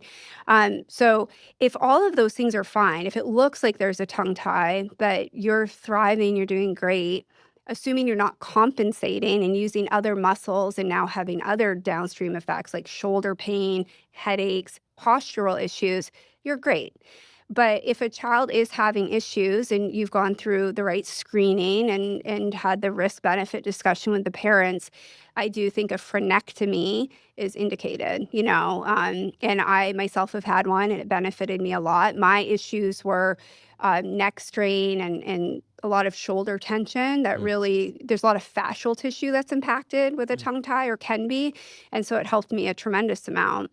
But nothing's one size fits all, and we're all different, So this is where you do want to work with someone with additional training to see if you have a tongue tie, how are they assessing that? And then is it impairing function? And then do you actually need a procedure done? Sometimes just working with a myofunctional therapist or different body workers, a chiropractor, a craniosacral therapist, an osteopath can be enough to create balance again. So it's not always a surgical intervention. In your case, was it a general anesthesia or a local anesthesia? I had my tonsils out also very recently, just a few years ago. And because I had chronic tonsillitis. And so I knew I had a posterior tongue tie, and I just told the surgeon, just go ahead and do it. I'm already getting my tonsils out. Sure, you're already in there. Yeah, already in there. But for most people, it would be a general anesthesia. Usually, no. Usually it is local. It's really not bad, especially they're using lasers now for the procedure. It's pretty straightforward. Yeah, that can cauterize as you make the cut. Exactly. You do want to generally suture, and you want to make sure you're working with a myofunctional therapist before and after for optimal outcomes. It's like, think about if I went in for a knee replacement, I wouldn't just walk into the operating room, here's my knee. Usually there's physical therapy before and after to make sure you're optimized. And so it's the same with a tongue release.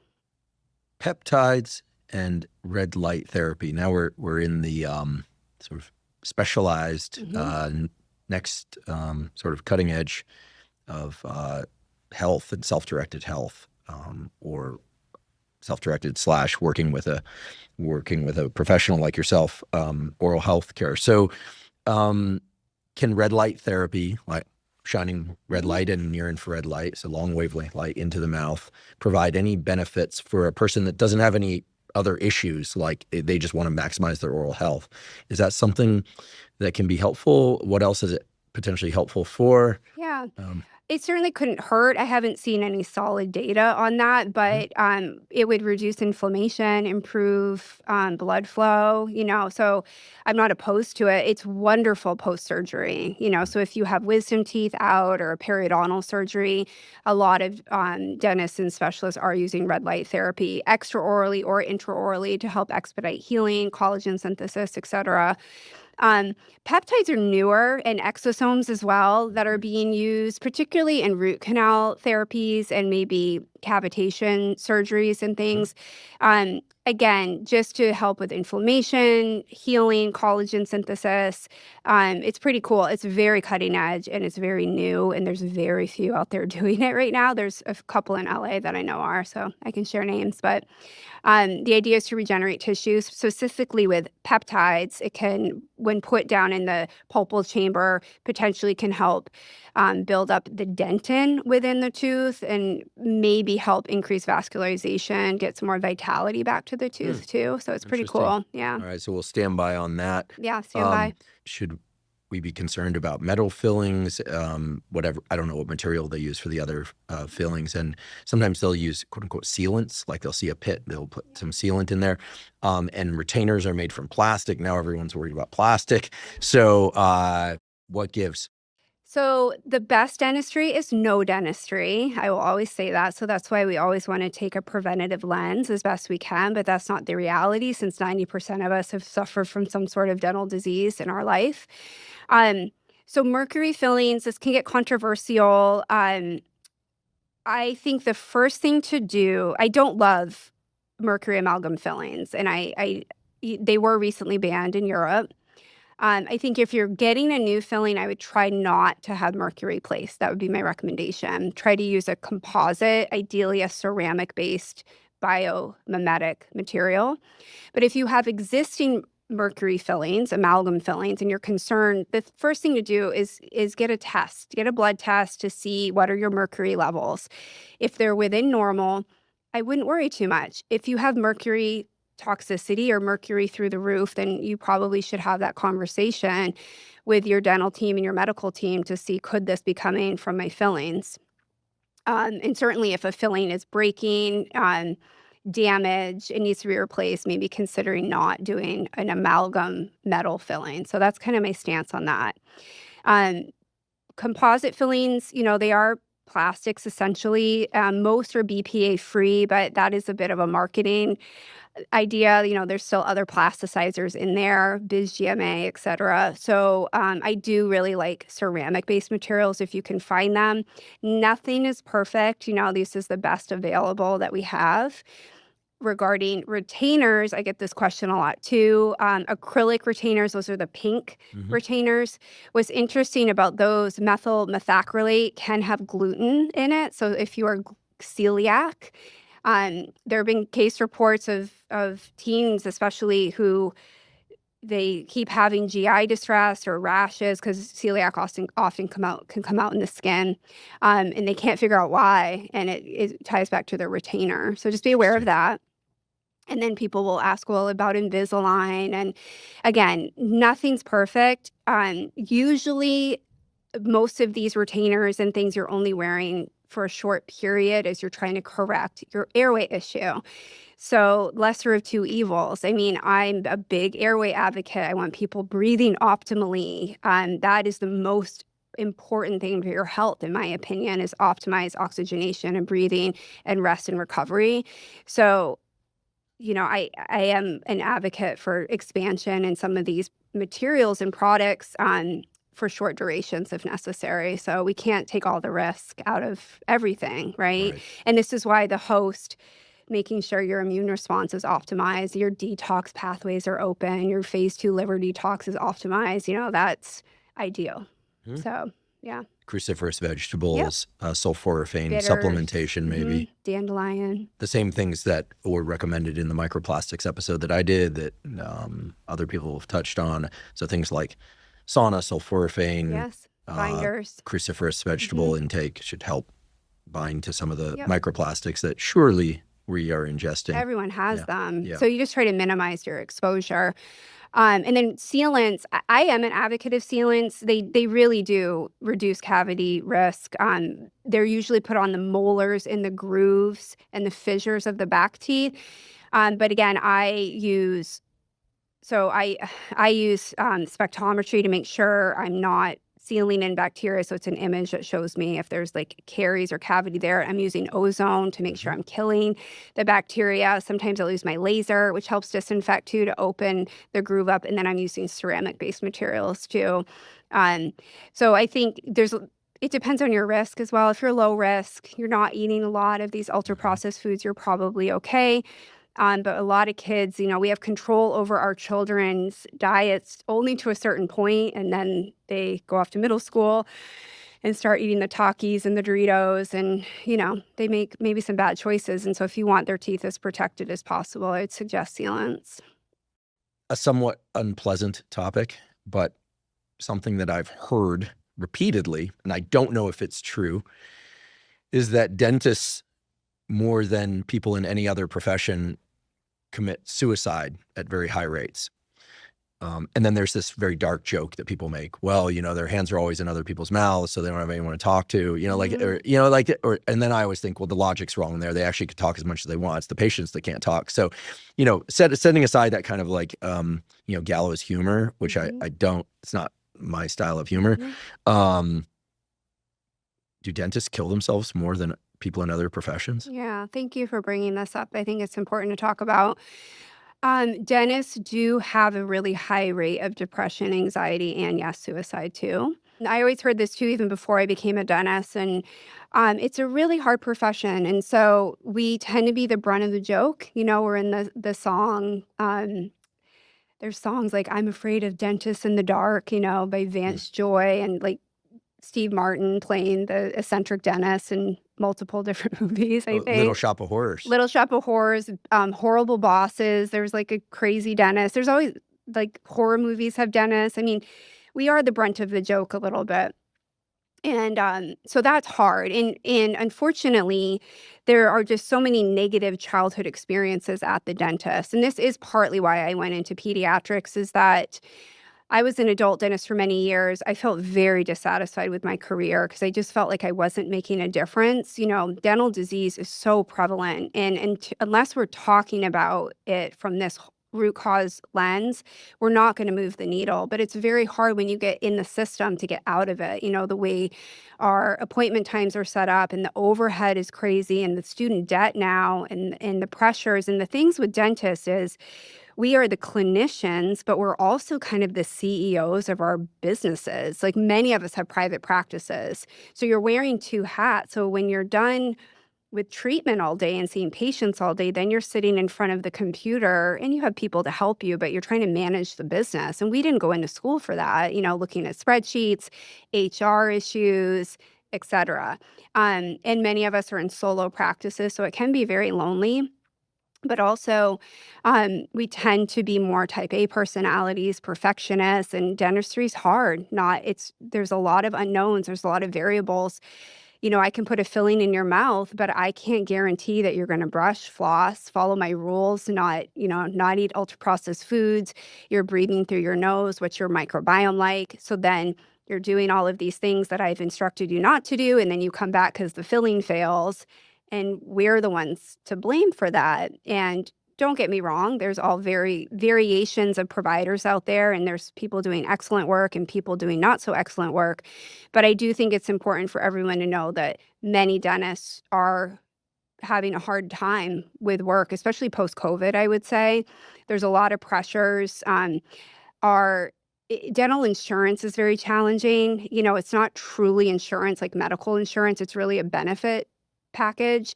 And so you tend to only get $1,000 or $1,200 a year, and then everything else is out of pocket. And so people kind of look at us like that's kind of a scam, like it's so expensive. But what they don't realize is many of these dental supply companies, they have essentially monopolies on us. Like, our equipment is outrageously expensive. And prices keep going up and up and up. But what isn't changing are insurance reimbursements. Okay, so where does that delta come in? And usually it's coming out of the dentist's pocket too. So it's why corporate dentistry is taking over. In a lot of ways, kind of what happened in medicine. But I would just say be kind to your dentist.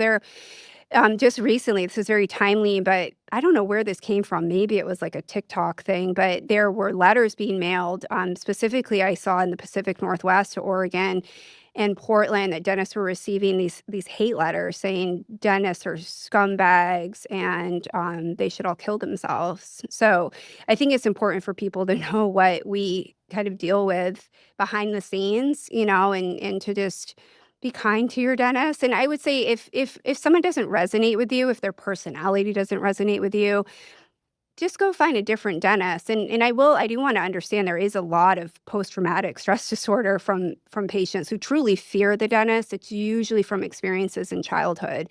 And that's what I wanted to change too. I just said it doesn't have to be this way. We can make dentistry a very positive place, a safe place, so that children grow into adults without dental disease, but also that find the dentist to be a safe, comfortable place to go. So I mean, some people, if you're really that fearful, maybe considering therapy or, some sort of anxiolytic. Like, do you need something to help you feel calmer at the dentist? But I encourage everyone to go to the dentist, don't avoid the dentist, but also trying to understand it. It is a challenging profession. It really is. And there's a lot of unknowns, and there are some mental health challenges out there too. Well, thank you for being a an incredible ambassador for dentistry, and in no small part that comes from your like obvious kindness and goodness, and also the rigor with which you approach it. So Thank you. the two are certainly not incompatible. You're proof of that. So Thank you. I wonder if now would be a good time for us to just sort of summarize the top 10 or top 12 things. There are a bunch of don'ts. Maybe we can leave those out, like avoid sugary, starchy, floury foods that get stuck between teeth, that kind of thing. But maybe I'll fire off a few and you can tell me what I'm missing. Be a nose breather, not a mouth breather. Unless you're eating or speaking, keep your mouth shut, basically, Yes, right? absolutely. Or you're exercising really hard and you need to suck for some air. Or you're scuba diving and you would drown otherwise. Eat non-processed, minimally processed foods. We're hearing that over and over again these days. Brush twice a day, floss twice a day, water pick if you can. Yeah, that's loading a lot onto people. I would say floss at least once a day. Okay. Flossing twice a day is extra credit. Great. Yeah, because a lot of people don't floss. So we want to start out reasonable. Yeah. So Before just, sleep. Yes, ideally. So it's brush, then floss. Floss then brush. Floss, then brush. Oh, but however you can do it. No, I didn't get it wrong on purpose. I so that also you would like correct us. tongue I got it wrong. scraping. We forgot to talk about tongue Yeah, scraping. so I want to add in these things. So maybe oil pull 3 times a week. Put some coconut oil in there, swish it around, practice your nasal breathing while you're doing it. That's Spit right. it out, but not in the sink. Not in the sink. And why just a few times a week? I don't know if I was clear on that. It's because coconut oil is antimicrobial. So I'm erring on the side of caution because it will target more anaerobic pathological bacteria, but less is more. We don't want to disrupt the oral microbiome too much. So just a couple times a week. You don't need to do it daily. Great. Soft toothbrush. Be gentle. Avoid alcohol-containing mouthwashes for all sorts of reasons. Pay attention to the fluoride debate. Yes. Consider hydroxyapatite if you're concerned. Great. I love these hydroxyapatite toothpastes. Yours and Gator Dentist's one. Love them. I don't get paid a dime for it. I pay my own money for them. I really love them. My teeth are so much healthier now. I just like them too. I like that I can, they taste good. I don't actually rinse afterwards. We didn't talk about that, but ideally you don't rinse after you brush. Correct. So think about if you were a big advocate for sunscreen or a lotion, you put it on, you immediately jump in the shower. You're washing it all off. So it's the same with your toothpaste. There is a duration of action that it takes for maximum efficacy. So if you're brushing for 2 minutes and spit and rinse, all that goodness is getting rinsed down the drain. So it really should. You can still spit. People get confused by this. You can still spit, but try not to vigorously rinse everything off. You do want it trying to sit on the teeth and in your saliva a little bit. Avoid nicotine. Alcohol. And alcohol. Hydrate well. Yes. Keep your electrolytes. Keep your electrolytes. Keep your saliva abundant. Yes. Especially for older people. Yes. Yeah. Yeah. The nasal breathing during sleep, but we can double click on that one because that seems to get your sleep right. Because that just checks so many boxes. I'd say optimize minerals and fat-soluble vitamins. This is kind of Weston Price stuff. I'm trying to think here if there's anything I missed. Well, we could say tongue scraping. Excuse me. I do like tongue scraping. So again, Ayurvedic, Chinese medicine will look at the tongue from a health standpoint. If you have a white coating on your tongue, that's a sign of dysbiosis. You could have candida. This is important to touch upon. Strep mutans gets blamed for cavities so much with kids especially, but with children, we really need to be focusing on fungus too. So candida is really prevalent in early decay in children. No one's screening for this or treating it. Candida loves sugar, and this is also with diabetics. We're seeing a bidirectional relationship with gum disease, periodontal disease, and insulin resistance and blood sugar imbalances too. But so tongue scraping, and it will do a better job than your toothbrush. People always ask because it is removing the biofilm as the toothbrush is kind of moving it around. So it's taking off that film of bacteria. I know it's kind of gross, but they tend to be anaerobic. And that can help with nitric oxide production too, because the good bacteria on the tongue tend to live down more in the crypts. So you don't want to scrape too hard, but just get that film off. You'll also notice improvement in your taste perception too, because you're getting food remnants and things off as Who wouldn't well. want that? Yeah. Oh, I love it. Once you start tongue scraping, you usually, most everyone's a big advocate for it. Thank you so much for Thank this, you, Andrew. really extensive and exceptionally clear voyage through oral health. I am sure that people are going to take away many, many things that are actionable, and I really appreciate that you've been such a strong advocate for pointing out that oral health is not just about teeth. It's not just about breath. It's about that, but it's also about your whole digestive tract and about brain health and about heart health. And we have a lot of control over this particular aspect of our body, as opposed to like heart health, which we have to get to indirectly unless we're a heart surgeon. Yes. Or gut health, which we have to get to indirectly unless we're a gastroenterologist, right? What other biofilm do you have access to? I mean, it really is a window into the body. So if you have gum disease or cavities, that is a sign of a metabolic imbalance in your body. So not to make you panic, but I just want people to take it seriously, that it is a window into other things that could be happening deeper within the system. Well, I absolutely love the work that you're doing. I couldn't think of a better person to bring on here to educate us all. And like I said, you've given us so many valuable tools, and we will provide links to all the incredible resources that you continue to put out into the world. So thank you for doing that. Thank you for coming here. Thanks for, it's clear that this is a labor of love for you. It's not just about like cleaning teeth or something. So yeah, people probably can't see, well, certainly if they're listening, they can't see the incredible, extensive notes that Dr. Whitman brought with her, and her incredible handwriting. Goodness gracious, what beautiful handwriting. Thank you. So I could read it later. Not all doctors have bad handwriting. No, they're notoriously have bad handwriting, but yours is, you certainly offset whatever failures of handwriting the other physicians have. So this was really fun. Thank you so much. Thanks. Well, we'll do it again. And I'm really grateful for you coming on here today. Thank you. Thank you. Thank you for joining me today for my discussion with Dr. Staci Whitman.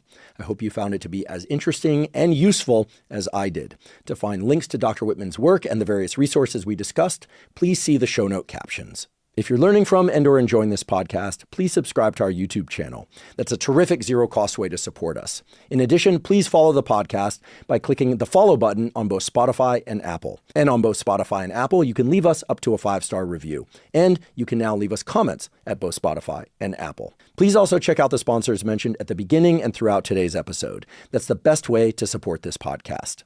If you have questions for me or comments about the podcast, or guests or topics that you'd like me to consider for the Huberman Lab podcast, please put those in the comment section on YouTube. I do read all the comments. For those of you that haven't heard, I have a new book coming out. It's my very first book. It's entitled Protocols, an Operating Manual for the Human Body. This is a book that I've been working on for more than 5 years, and that's based on more than 30 years of research and experience. And it covers protocols for everything from sleep to exercise to stress control, protocols related to focus and motivation. And of course, I provide the scientific substantiation for the protocols that are included. The book is now available by pre-sale at protocolsbook.com. There you can find links to various vendors. You can pick the one that you like best. Again, the book is called Protocols, an Operating Manual for the Human Body. And if you're not already following me on social media, I am Huberman Lab on all social media platforms. So that's Instagram, X, Threads, Facebook, and LinkedIn.